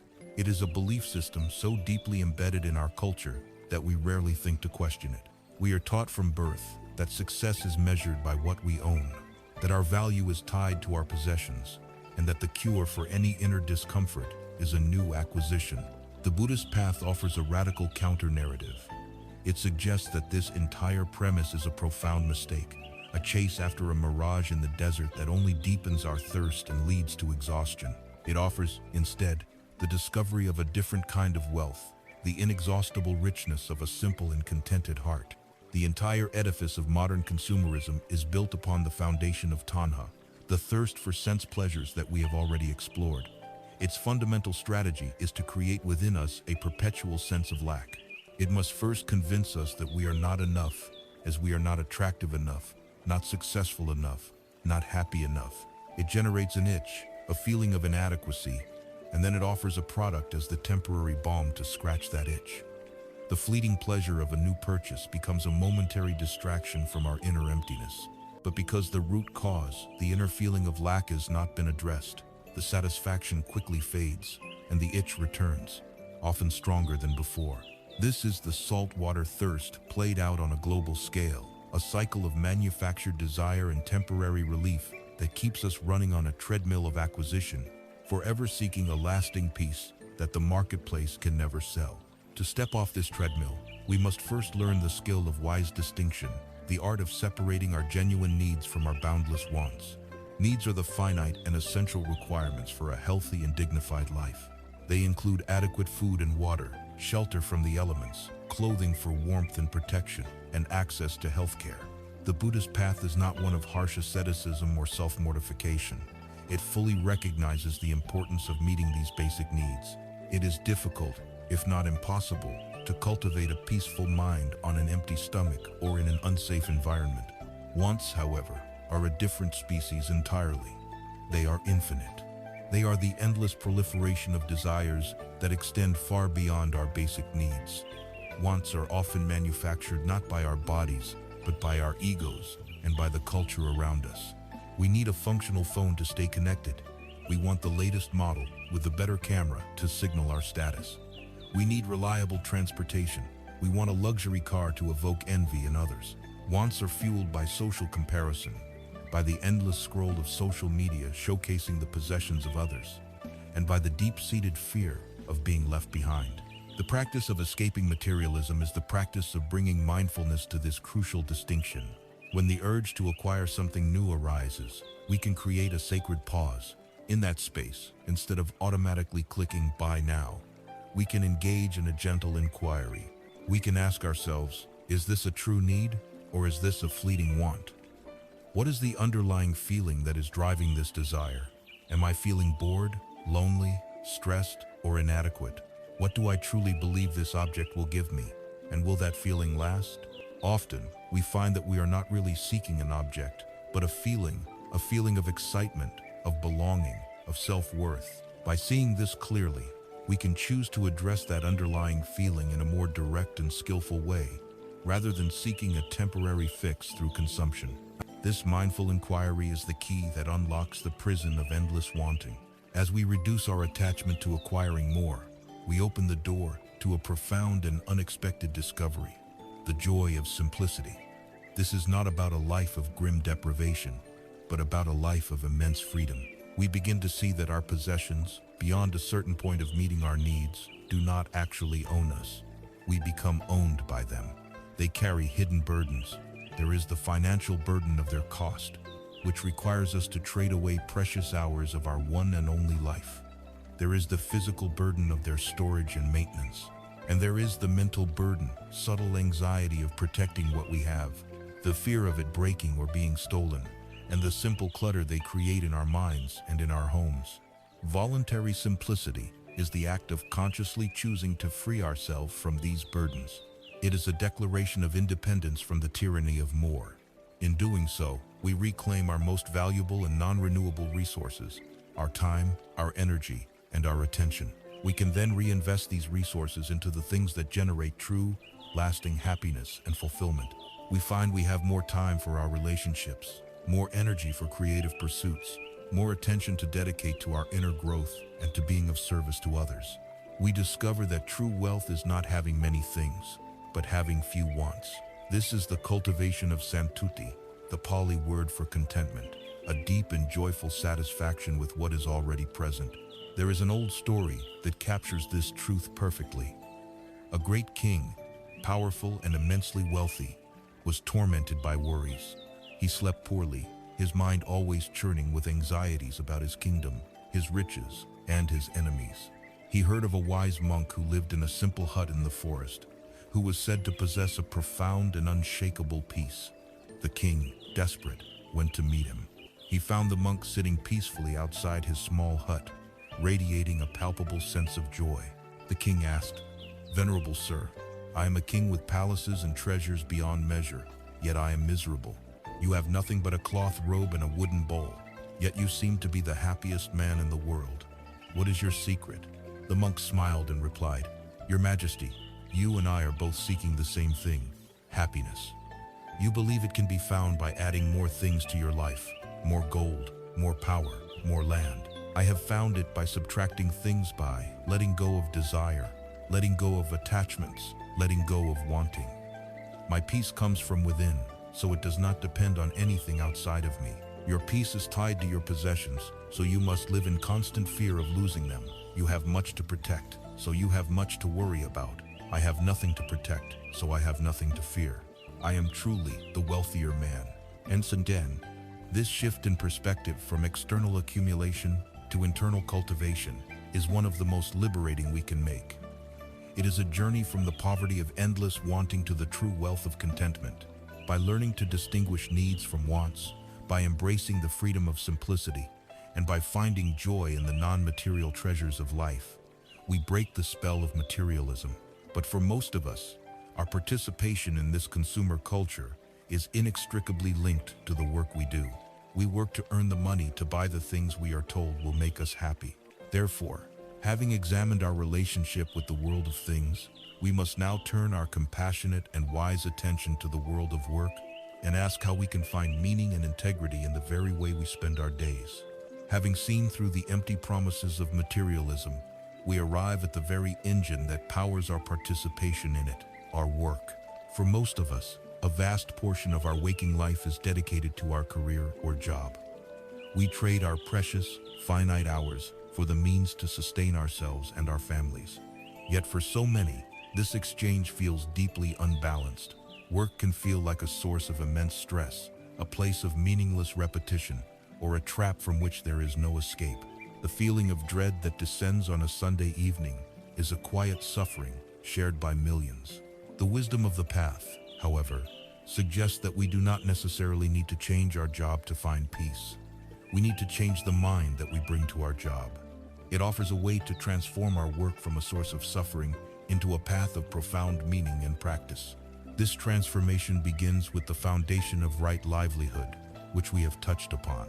This is the ethical aspiration to engage in work that does not cause harm to ourselves or to other beings.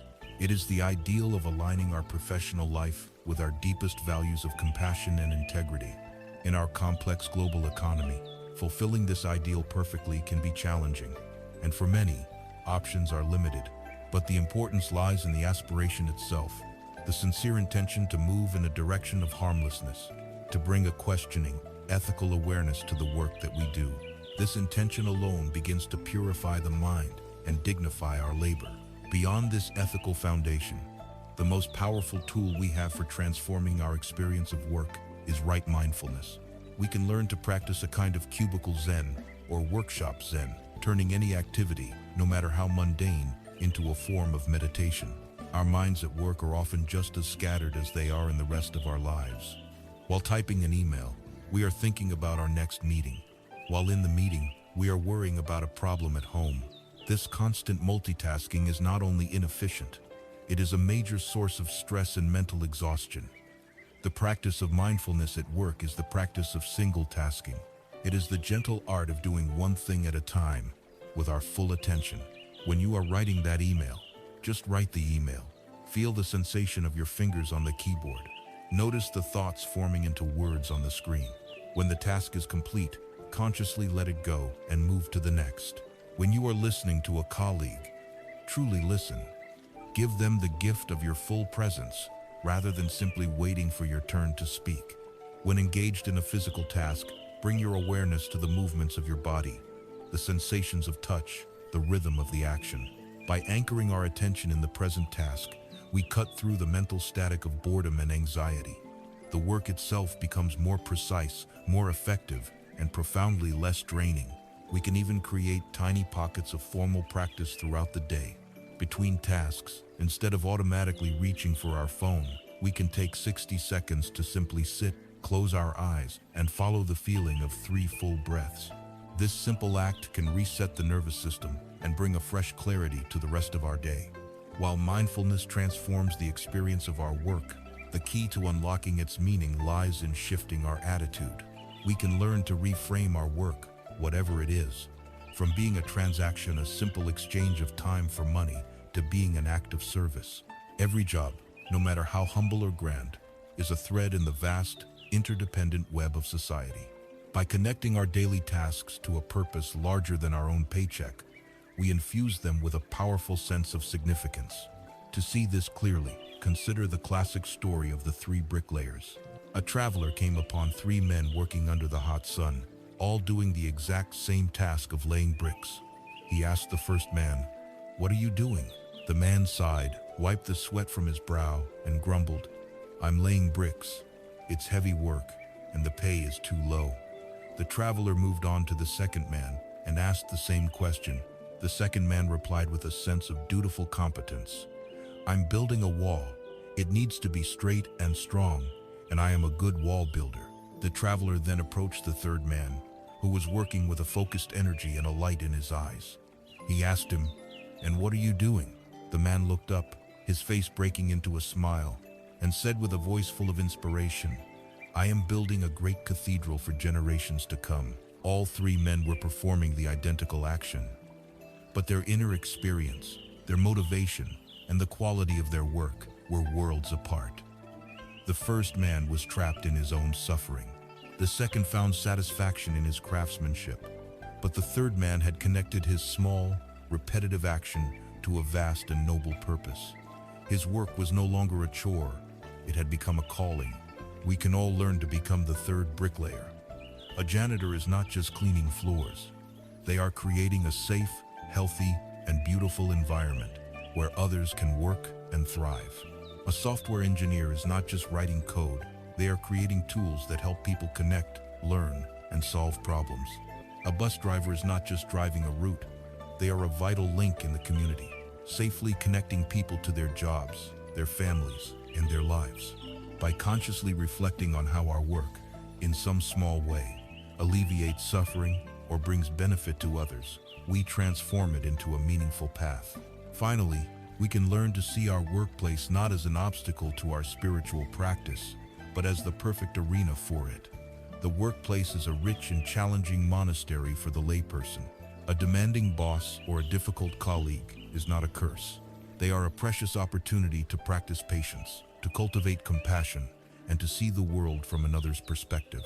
A high-pressure deadline is not just a source of stress. It is a powerful laboratory for practicing mindfulness and staying centered amidst chaos. When we make a mistake, it is a chance to practice self-compassion rather than self-criticism. When we are unfairly criticized, it is a chance to observe our ego's defensive reaction without being hooked by it. When we achieve success, it is a chance to practice humility and gratitude, recognizing the many conditions and people that made it possible. Seen through this lens, the daily challenges of our job are no longer mere frustrations. They are the very grindstones that sharpen our wisdom and polish our hearts.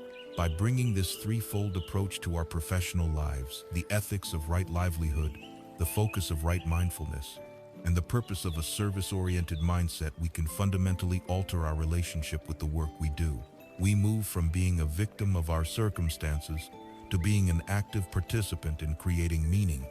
We learn to find dignity, purpose, and even peace, right in the midst of our 9-to-5 reality. Our work becomes our practice. Alongside our professional lives, the other great arena where our practice is most deeply tested and has the most profound impact is in our relationships with others. Having explored the path to finding meaning in what we do, we must now turn our attention to how we can bring this same wisdom and compassion to how we love and connect with the people in our lives. Our exploration of the path has led us through the intricate landscapes of our own minds, into the demanding world of our work, and now it brings us to the most intimate and often most challenging arena of all, our relationships. It is here, in our connections with partners, family, and friends, that our practice is most profoundly tested. Relationships are the source of our greatest joys and, all too often, our most acute suffering. They are the mirror in which our attachments, our fears, and our deepest insecurities are reflected back at us. The wisdom of the Buddhist path does not offer a simple list of rules for a perfect partnership. It offers something far more valuable, a set of inner skills and transformative views that allow us to love more wisely, communicate more clearly, and connect with others from a place of freedom and genuine compassion. The journey to transforming our relationships begins not by trying to change the other person, but by changing the very way we see them. We learn to look at our loved ones through the same lenses of wisdom we have applied to ourselves. The first of these is anicca, impermanence. The person you are in a relationship with today is not the same person you met 5, 10, or 20 years ago, and neither are you. They are a flowing, unfolding process, constantly being shaped by new experiences, thoughts, and feelings. So much of our relational suffering comes from clinging to a fixed image of who a person was, or demanding that they conform to our idea of who they should be. We fall in love with a snapshot and then feel betrayed when the living person continues to change. To love wisely is to let go of the snapshot and fall in love with the river. It is to embrace the dynamic, evolving nature of the other and to be present with who they are, right now, in this moment. The second, and even more profound, lens is that of anatta, non-self. Just like us, the other person is a complex, interdependent process of the 5 aggregates. There is no solid, separate, unchanging core that is them. Their moods, their opinions, their actions all arise from a vast web of causes and conditions, from their past experiences, their biology, their present circumstances. When we truly begin to see this, it revolutionizes our ability to forgive and understand. We stop taking their behavior so personally. An irritable comment is no longer seen as a direct, personal attack on me, but as the impersonal manifestation of their own stress, their own suffering, their own conditioning. This doesn't mean we condone harmful behavior, but it depersonalizes it. It allows us to respond to the situation with clarity and wisdom, rather than reacting with a bruised ego. This leads directly to seeing the other person through the lens of dukkha, or suffering. The people we love, no matter how strong or capable they appear, are also subject to the universal human condition. They have their own fears, their own insecurities, their own private battles with anxiety and sadness. When a loved one acts out in anger or withdrawal, a wise and compassionate response is to learn to ask, what pain is driving this person right now? What suffering are they experiencing that is causing them to act this way? This question is a gateway to empathy. It shifts us from a posture of judgment and defensiveness to one of care and concern. It is the beginning of true connection. With this foundation of wisdom, we can then cultivate the practical arts of mindful communication. Perhaps the greatest gift we can offer another human being is the gift of our full, non-judgmental presence. This is the practice of deep listening. It is a form of meditation we do with another person. It means putting down our phones, turning away from our screens, and offering them our undivided attention. But it is more than just not talking. It is listening with the intention to truly understand, not with the intention to formulate our reply, win an argument, or fix their problem. We listen to their words, but we also listen to the feelings behind the words. We listen to their body language, their tone of voice. We listen for the vulnerability that is often hidden beneath their anger, or the longing that is hidden behind their complaints. When we listen in this way, we make the other person feel truly seen and valued, which is one of the deepest human needs. The partner to deep listening is loving speech, the application of right speech in our most intimate connections. We train ourselves to speak with truth and kindness, which means having the courage to express our own feelings and needs, but doing so without blame or aggression. We learn to speak from the I perspective, I felt hurt when this happened, rather than the accusatory you perspective. You always do that. We train ourselves to refrain from using words as weapons, from dredging up past mistakes, or from saying things in anger that we know will cause a deep wound. We learn that the tone of our voice can be as important as the words themselves. A relationship where deep listening and loving speech are cultivated is a relationship that becomes a safe harbor, a place of genuine refuge and mutual respect. The most profound and liberating shift that the path offers for our relationships, however, is the practice of taking full responsibility for our own happiness.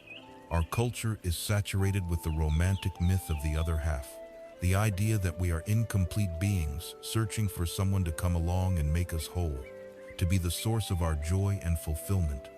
This is a beautiful sentiment, but it is a disastrous foundation for a real relationship. It places an impossible and deeply unfair burden on the other person. No human being can be responsible for our happiness. To expect them to be is to set them up for failure and to set ourselves up for perpetual disappointment. When we expect another person to be the source of our well-being, our relationship becomes a subtle or not so subtle transaction. We are constantly, unconsciously measuring what we are getting versus what we are giving. The relationship is based on neediness. The wisdom of the path invites us to find the source of our happiness, peace, and security within ourselves through our own practice of mindfulness and compassion. As we learn to fill our own cup, a magical transformation occurs. We no longer come to our relationships out of a sense of lack, looking for someone to complete us. Instead, we come from a place of fullness, with a desire to share our joy, our peace, and our love with another. The relationship ceases to be a transaction and becomes a free offering. This is the basis for true, unconditional love. We can then love the other person for who they truly are, not just for what they can do for us. We can support their freedom and celebrate their growth, even when it takes them in directions that are different from our own. This is loving without clinging, the highest form of connection. A helpful way to visualize a healthy, awakened relationship is to think of two great pillars supporting the single, beautiful roof of a temple. The roof is the relationship itself, the shared life, the connection. The pillars are the two individuals. For that roof to be strong, stable, and enduring, each pillar must be whole, upright, and firmly planted on its own solid foundation. Each pillar must be strong in and of itself. If one pillar is weak and begins to lean on the other for support, it puts a dangerous strain on its partner, and the entire structure becomes unstable. Eventually, it will collapse. So it is in our relationships. The strongest, most beautiful, and most lasting connections are those built by two people who are both deeply committed to cultivating their own inner strength, their own happiness, and their own spiritual foundation. They stand together, parallel and strong, supporting a shared life, but not leaning on each other out of neediness. By bringing this threefold wisdom to our relationships, by seeing the other person clearly through the eyes of wisdom, by connecting with them through the practice of mindful communication, and by loving them from a place of inner fullness and freedom, we can transform them from a battlefield of egos into a dance of awakening. Our relationships become our greatest practice, the crucible in which our compassion is forged and our wisdom is tested. This intimate practice of seeing the selfless and interconnected nature of another being is the perfect training for seeing the entire universe in the same way. Having applied the lens of non-self to our own being and to our loved ones, we are now ready to zoom out to the widest possible aperture and to explore the ultimate nature of all of reality through the profound and liberating view of emptiness. Our journey has taken us deep into the workings of our own minds and hearts. We have explored our relationship with our work, our world, and the people we love. Now, we prepare to take the final and most profound step in the cultivation of wisdom. We are going to zoom our perspective all the way out to look at the very nature of reality itself. This is the teaching of sunyata, a Sanskrit word most often translated as emptiness. There is perhaps no concept in all of Buddhist thought more prone to misunderstanding, and none more liberating when its true meaning is penetrated. The moment we hear the word emptiness, our minds may conjure images of a cold, dark void, a terrifying nothingness. We might mistake it for a nihilistic philosophy that claims nothing matters and life is meaningless. It is absolutely essential to state from the very beginning that this is not what emptiness means. In this context, emptiness is not a negation of life. It is a revelation of its true nature. It is not the assertion that things do not exist, but an insight into how they exist. The teaching on emptiness is the ultimate antidote to our most fundamental form of suffering, the deep, painful feeling of being a separate, isolated self in the world. The key to understanding this teaching is to always ask the question, empty of what?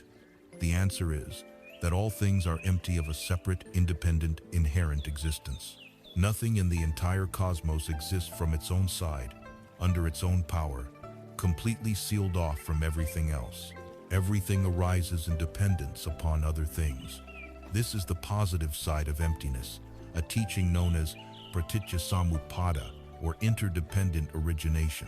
It means that everything is intricately connected to everything else in a vast, seamless web of cause and effect.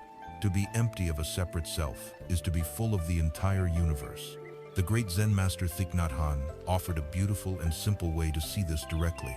He invites us to take an ordinary sheet of paper and to look deeply into it. On the surface, it appears to be a separate, solid object. But if we look with the eyes of wisdom, what do we see? We can see the sunshine within the paper, because without the sun, the tree from which the paper was made could not have grown. We can see a cloud in the paper, because without the cloud there is no rain, and without rain, the tree dies. We can see the forest, the rich earth that nourished the tree's roots. We can see the logger who cut down the tree, and we can see the wheat that became the bread for the logger's breakfast. We can see the logger's parents, and their parents before them. We can see the truck driver who transported the log to the mill, the factory workers who operated the machinery, the person who designed the packaging. If we continue to look, we see that the entire cosmos is present in this single sheet of paper. Now, let us perform a thought experiment. Let us try to return these elements to their source. Let us give the sunshine back to the sun, the water back to the cloud, the carbon back to the air, the minerals back to the earth, the logger's labor back to the logger. If we were to remove all of these non-paper elements from the sheet of paper, what would be left? Nothing at all. There would be no paper. The paper, therefore, is empty of any separate, independent self. It is entirely made up of things that are not paper. Its existence is totally dependent on everything else. This is the meaning of emptiness. Now, let us turn this same deep looking upon ourselves. We look at our own hand. We think of it as my hand. But what is it? It is made of cells, which are made of molecules, which are made of atoms. It is composed entirely of the food we have eaten, the water we have drunk, the air we have breathed. It is made of sunshine and clouds and earth, just like the sheet of paper. Let us look at our thoughts, feelings, and perceptions. They are shaped by the language we were taught, the culture we were raised in, the education we received, the ideas of our parents and our teachers. Our very consciousness depends on the objects we perceive and the senses with which we perceive them. If we were to remove all of these non-self elements from ourselves, our parents, our food, our culture, our language, the very air we breathe, what would be left of the me that we hold to be so solid and independent? We would find nothing. We too are empty of a separate self. We are with all that is. The feeling of being an isolated individual, a skin-encapsulated ego, is a profound and powerful illusion. Another beautiful metaphor for this reality is that of a wave in the ocean. Imagine a single wave rising on the sea. For a time, it has a distinct identity. It has a birth as it swells, a life as it travels across the water, and a death as it crashes upon the shore. We can say it is a big wave or a small wave, a fast wave or a slow wave. This is our conventional self, our personality, our life story. It is real on that level. But what is the fundamental nature of the wave? Is it not water? From the moment it begins to the moment it ends, is there any point at which it is not the ocean? Its very substance is ocean. Its rising up is simply the ocean manifesting in a temporary form, and its crashing on the shore is simply the ocean returning to itself. The wave is a dynamic expression of the ocean, never for a moment separate from it. When we are caught in the illusion of a separate self, we are like a wave that has forgotten it is water. The wave becomes terrified. It sees itself as a fragile, temporary form, threatened by all the other waves, and it lives in mortal fear of its own end, the moment it will crash on the shore and cease to be. This is the source of our deepest existential anxiety. But the moment the wave awakens to its true nature, the moment it realizes, I am the ocean, its fear vanishes. How can the ocean be afraid of one of its own waves? How can it fear returning to itself? It cannot. The awakening to emptiness is this realization. It is the shift in identity from the fragile, temporary wave to the vast, eternal, and interconnected ocean of being. This insight is the ultimate healing for the wound of alienation. The feeling of being a small, lonely self struggling against a hostile or indifferent universe dissolves, because we see that the boundary between ourself and the universe was never real to begin with. We are not a visitor in the cosmos.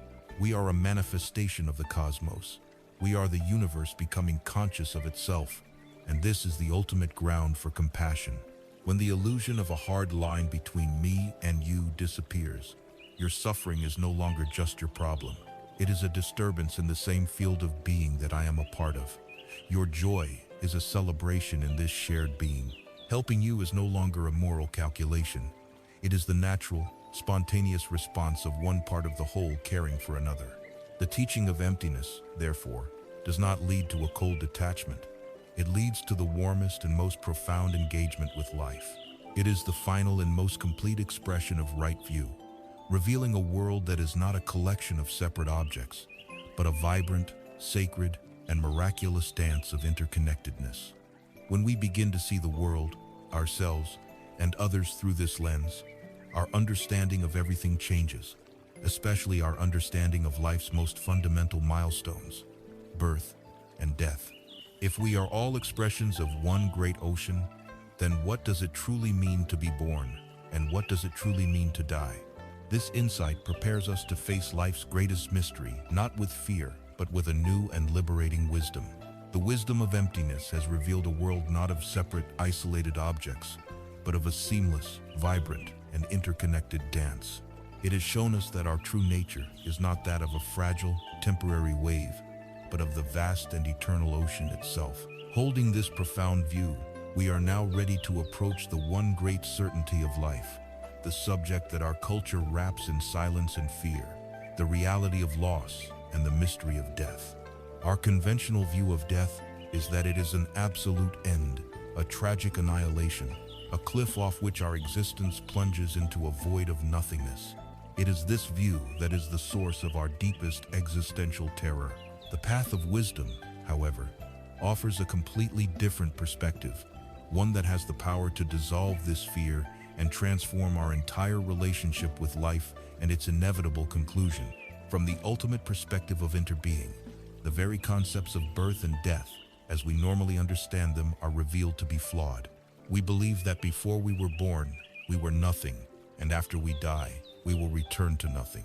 But in a universe where everything is interconnected and constantly transforming, the creation of something from nothing, or the annihilation of something into nothing, is an impossibility. There is only continuation, there is only transformation. To grasp this, let us return to the life of a cloud. We look up at the sky and see a beautiful white cloud that was not there a moment ago. We might be tempted to say the cloud has just been born. But this is a superficial view. The cloud did not come from nothing. It is a manifestation of water that was in the rivers and oceans, of heat from the sun that caused it to evaporate, of atmospheric pressure and dust particles around which it could condense. The cloud's birth was simply a coming together of conditions that were already present. Now, we watch as the cloud darkens and releases its moisture as rain. We look up and say the cloud is gone, that it has died. But has it? or has it simply transformed? The water that was the cloud is now the rain. The rain joins a stream, which flows to a river, which nourishes a field of wheat. The wheat is harvested and becomes bread, which is eaten by a person. The cloud is now in the stream, in the wheat, and in the body of the person. Its form has changed, but its essence, the water, has not been lost.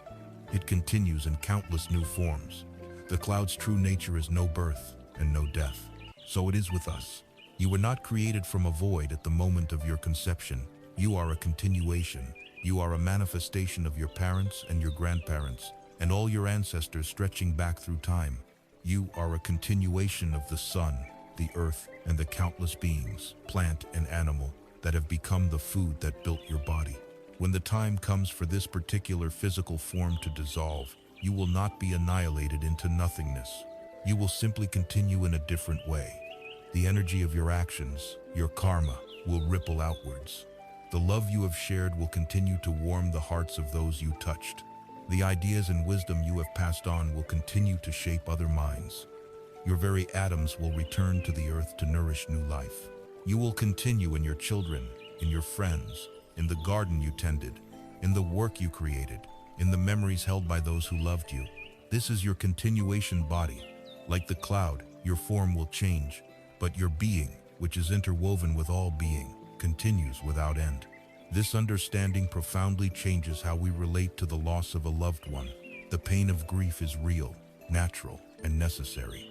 When someone we love dies, we grieve the loss of their physical presence, their unique voice, their familiar touch. The wisdom of continuation is not meant to deny or bypass this authentic human pain. We must allow ourselves to feel the sorrow of separation. However, this wisdom can save us from the second arrow of suffering, the despair, hopelessness, and terror that comes from the belief that they have been utterly extinguished and are gone forever. When you miss a loved one who has died, you can practice looking for them in their new forms. Listen to the music they loved, and they are there with you. Cook the meal they taught you to make, and they are there in your hands. Look at your own face in the mirror and see their features continuing in you. When you practice an act of kindness that they inspired in you, their love is flowing through you into the world. They have not left you. They have not gone to nothing.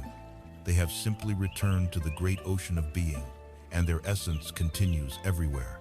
You can speak to them, not as if they are a ghost in some faraway place, but by recognizing their presence in you and all around you.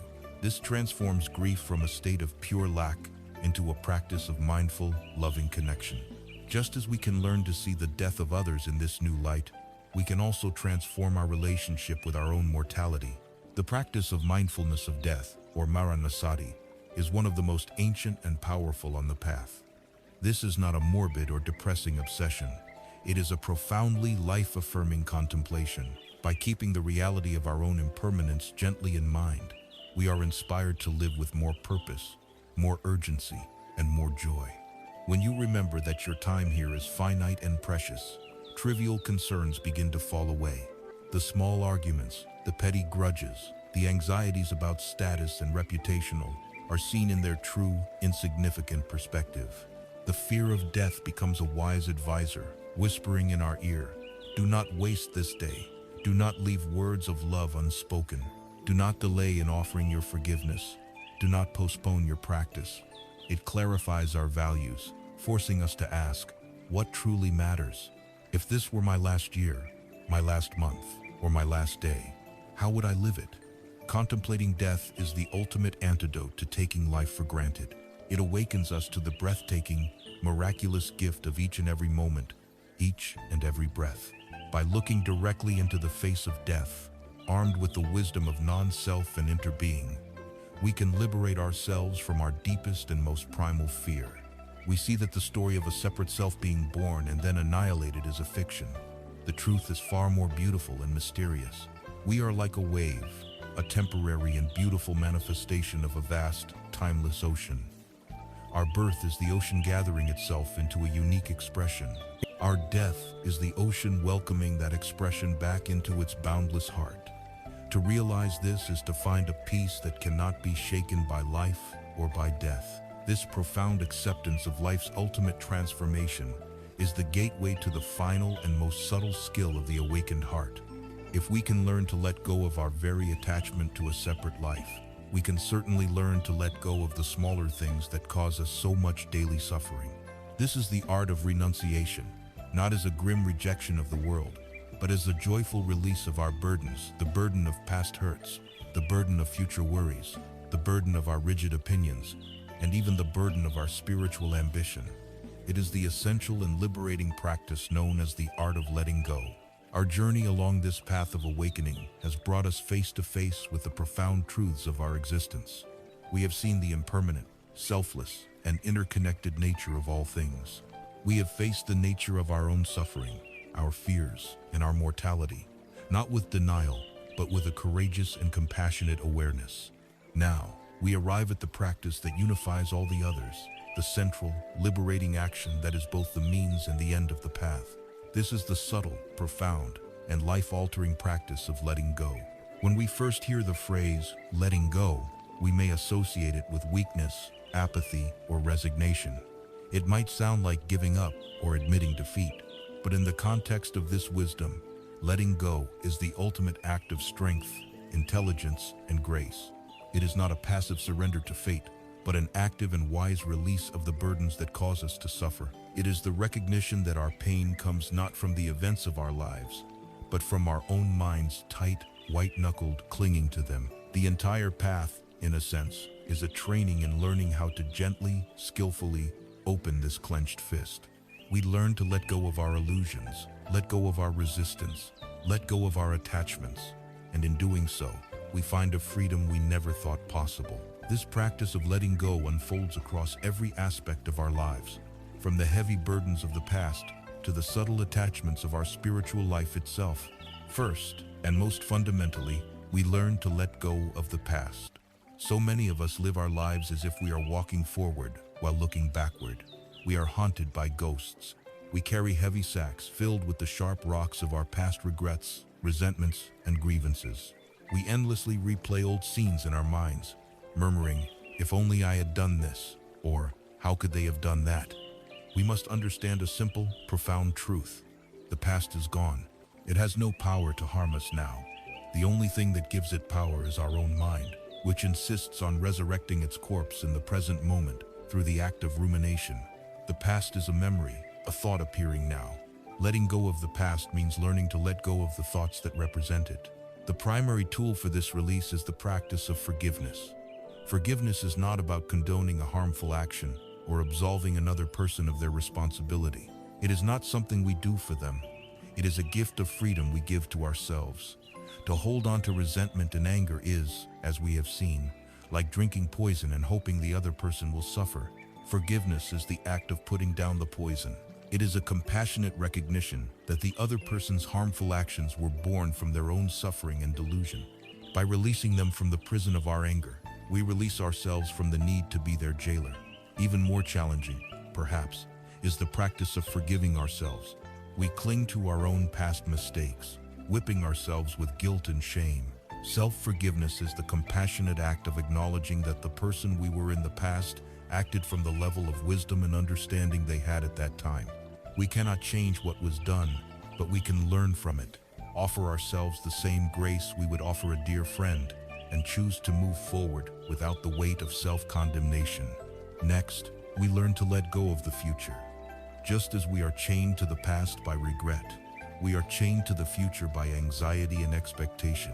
We spend immense amounts of mental energy trying to control a future that is, by its very nature, uncontrollable. We create rigid blueprints for how our lives, our careers, and our relationships should unfold. And then we suffer intensely when the flowing river of reality inevitably deviates from our fixed plan. Letting go of the future does not mean we stop planning or acting with purpose.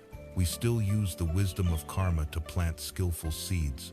We act with wholesome intention. We work diligently. We love with care. But we practice relinquishing our attachment to the specific outcome. We do our part, and then we let go, trusting in the vast, complex web of causes and conditions that is far beyond our command. We learn to dance with uncertainty rather than trying to conquer it. This is the shift from a life of rigid control to a life of graceful, responsive creativity. The practice of letting go, then, becomes even more subtle. We learn to let go of our views and opinions. We all have a tendency to build a solid identity out of our beliefs. We are this political party, that social ideology, this type of person. We cling to our opinions as if they are our very self, and when they are challenged, we feel that our existence is being threatened. This leads to rigidity, fundamentalism, and conflict. Letting go of views does not mean becoming an empty-minded person with no ideas. It means holding our views lightly. It means seeing them as useful perspectives, not as absolute, unshakable truths. It means cultivating the humility to say, "This is what I believe based on my current understanding, but I could be wrong." This intellectual openness, this willingness to not know, is a hallmark of a truly wise mind. It creates a space for dialogue, learning, and connection, where before there was only the clash of rigid dogmas. The perfect illustration of this entire art is found in the famous story of two Zen monks on a pilgrimage. They arrived at a river that had been swollen by heavy rains, and the bridge had been washed away. A beautiful young woman stood there, distressed, as her fine clothes would be ruined if she tried to cross. The monastic rules were strict. Monks were forbidden from touching a woman. The junior monk stood back, flustered and uncertain.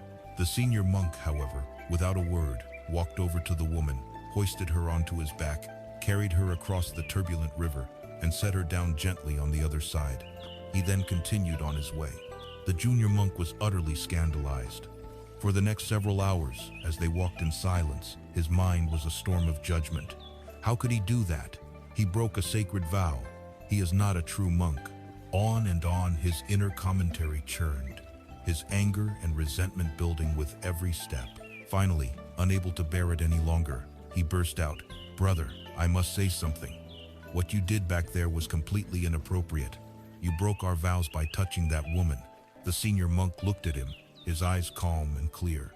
He replied, "Brother, I put that woman down by the riverbank hours ago. Why are you still carrying her?" This story beautifully reveals the essence of letting go. The senior monk engaged with the reality of the present moment with compassion, did what was necessary, and then released the experience completely. It was over. The junior monk, however, clung to the event in his mind, carrying the heavy burden of his own judgment and anger, long after the situation had passed. We are all, so often, the junior monk, carrying a whole host of people, events, and grievances on our backs from years ago. Letting go is the simple, powerful act of putting them down. Finally, the path leads us to the most subtle release of all, letting go of the path itself. The Buddha once compared his own teachings to a raft. The raft is skillfully built for one purpose: to carry us from this shore of suffering, across the dangerous river of samsara, to the far shore of liberation. We absolutely need the raft. We must use it diligently, with effort and mindfulness. But, he asked, what would a wise person do upon reaching the other shore? Would they say, "This raft has been so useful to me, I must now hoist it onto my back and carry it with me for the rest of my days"? Of course not. A wise person would express their gratitude, pull the raft onto the bank, and continue their journey on land, unencumbered. So it is with the teachings and practices. We use them as essential tools, but we do not turn them into another object of clinging, another dogma, another identity. The practice is not for the sake of the practice. It is for the sake of freedom. When freedom is realized, the practice becomes as natural and effortless as breathing. This art of letting go, in all its forms, is the fragrance of a mind that has been truly liberated. It is the natural ease and flow that arises when we stop fighting with reality and learn to move in harmony with it. It is not one final act, but a continuous, moment-to-moment release. It is the gentle exhalation that follows every inhalation, the opening of the hand that has been clenched for a lifetime. This state of wise, flowing ease is not a final, static destination. It is a completely new way of living, a new way of being. It is the challenge and the invitation to weave all of these profound threads of wisdom into the single, seamless garment of our daily life. We have now traveled the full circumference of the path of awakening. We began by courageously looking into the nature of our own dissatisfaction. We identified its source in the relentless thirst of craving. We were offered the profound hope that this suffering can cease, and we were given the map for that journey, the Noble Eightfold Path. We have explored the deep wisdom of seeing reality as it is, built a foundation of ethical living, trained our minds to be calm and clear, and opened our hearts to boundless love and compassion. We have faced our relationship with our work, our wealth, our loved ones, and even our own mortality, and learned the ultimate, liberating skill of letting go.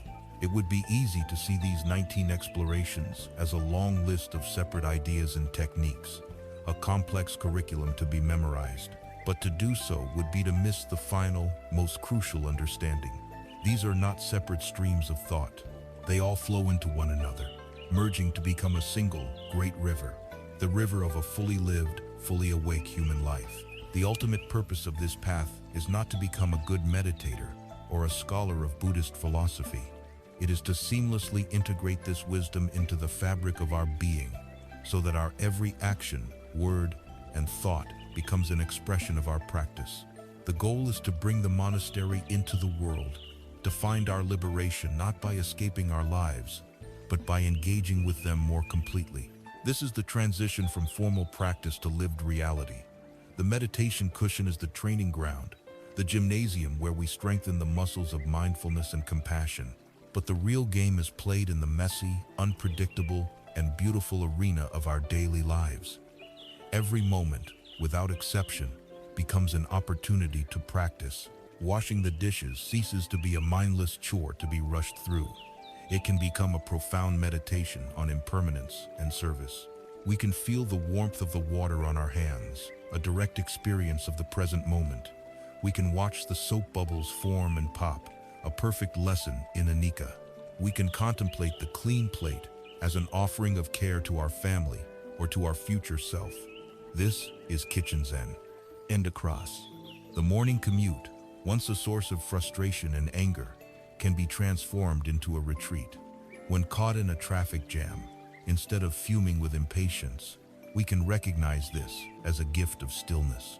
It is an unexpected, unscheduled period of time to practice. We can turn off the radio, feel our hands on the steering wheel, and bring our full attention to our breath. We can look at the other drivers, also trapped in their cars, and instead of seeing them as obstacles, we can see them as fellow beings who also wish to be happy, and silently send them a wish of loving kindness. This is traffic jam metta. A difficult conversation with a partner or a colleague is no longer an occasion for a battle of egos. It becomes a powerful opportunity to practice everything we have learned. We can practice deep listening, setting aside our own agenda to truly hear and understand their perspective. We can practice right speech, choosing our words with care so they are truthful but not wounding.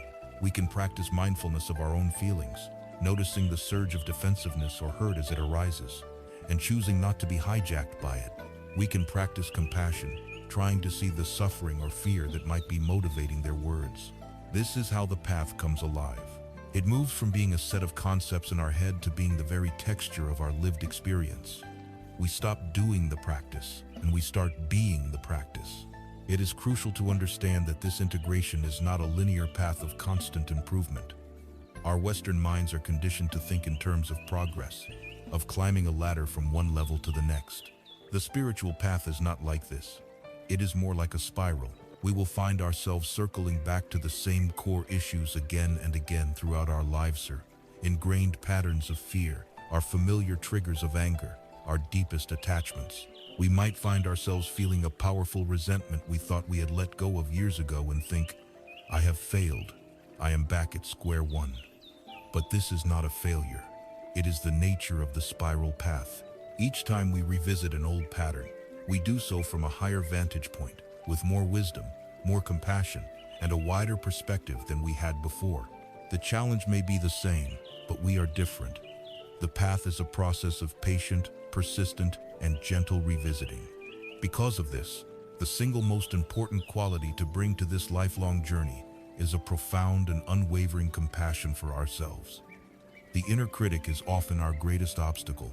It can take these beautiful, liberating teachings and turn them into yet another set of standards against which we find ourselves lacking. I should be more mindful. I'm not compassionate enough. I still get angry. This inner perfectionist is not the voice of wisdom, it is the voice of suffering. We must learn to treat ourselves as we would a beloved friend on a difficult journey.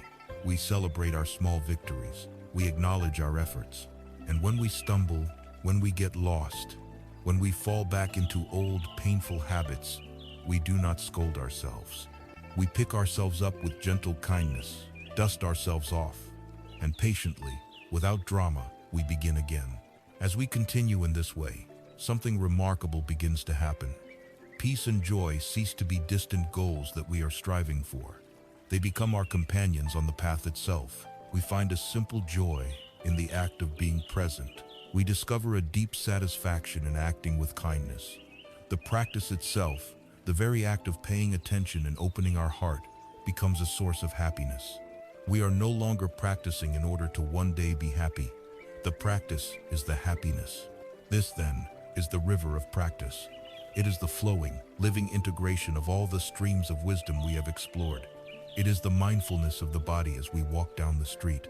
It is the compassion in our heart as we listen to a friend. It is the wisdom of non-attachment as we navigate success and failure. It is the quiet contentment we feel as we sip a simple cup of tea. It is not about adding anything new to ourselves. It is a process of returning to a simplicity, clarity, and kindness that was our birthright all along.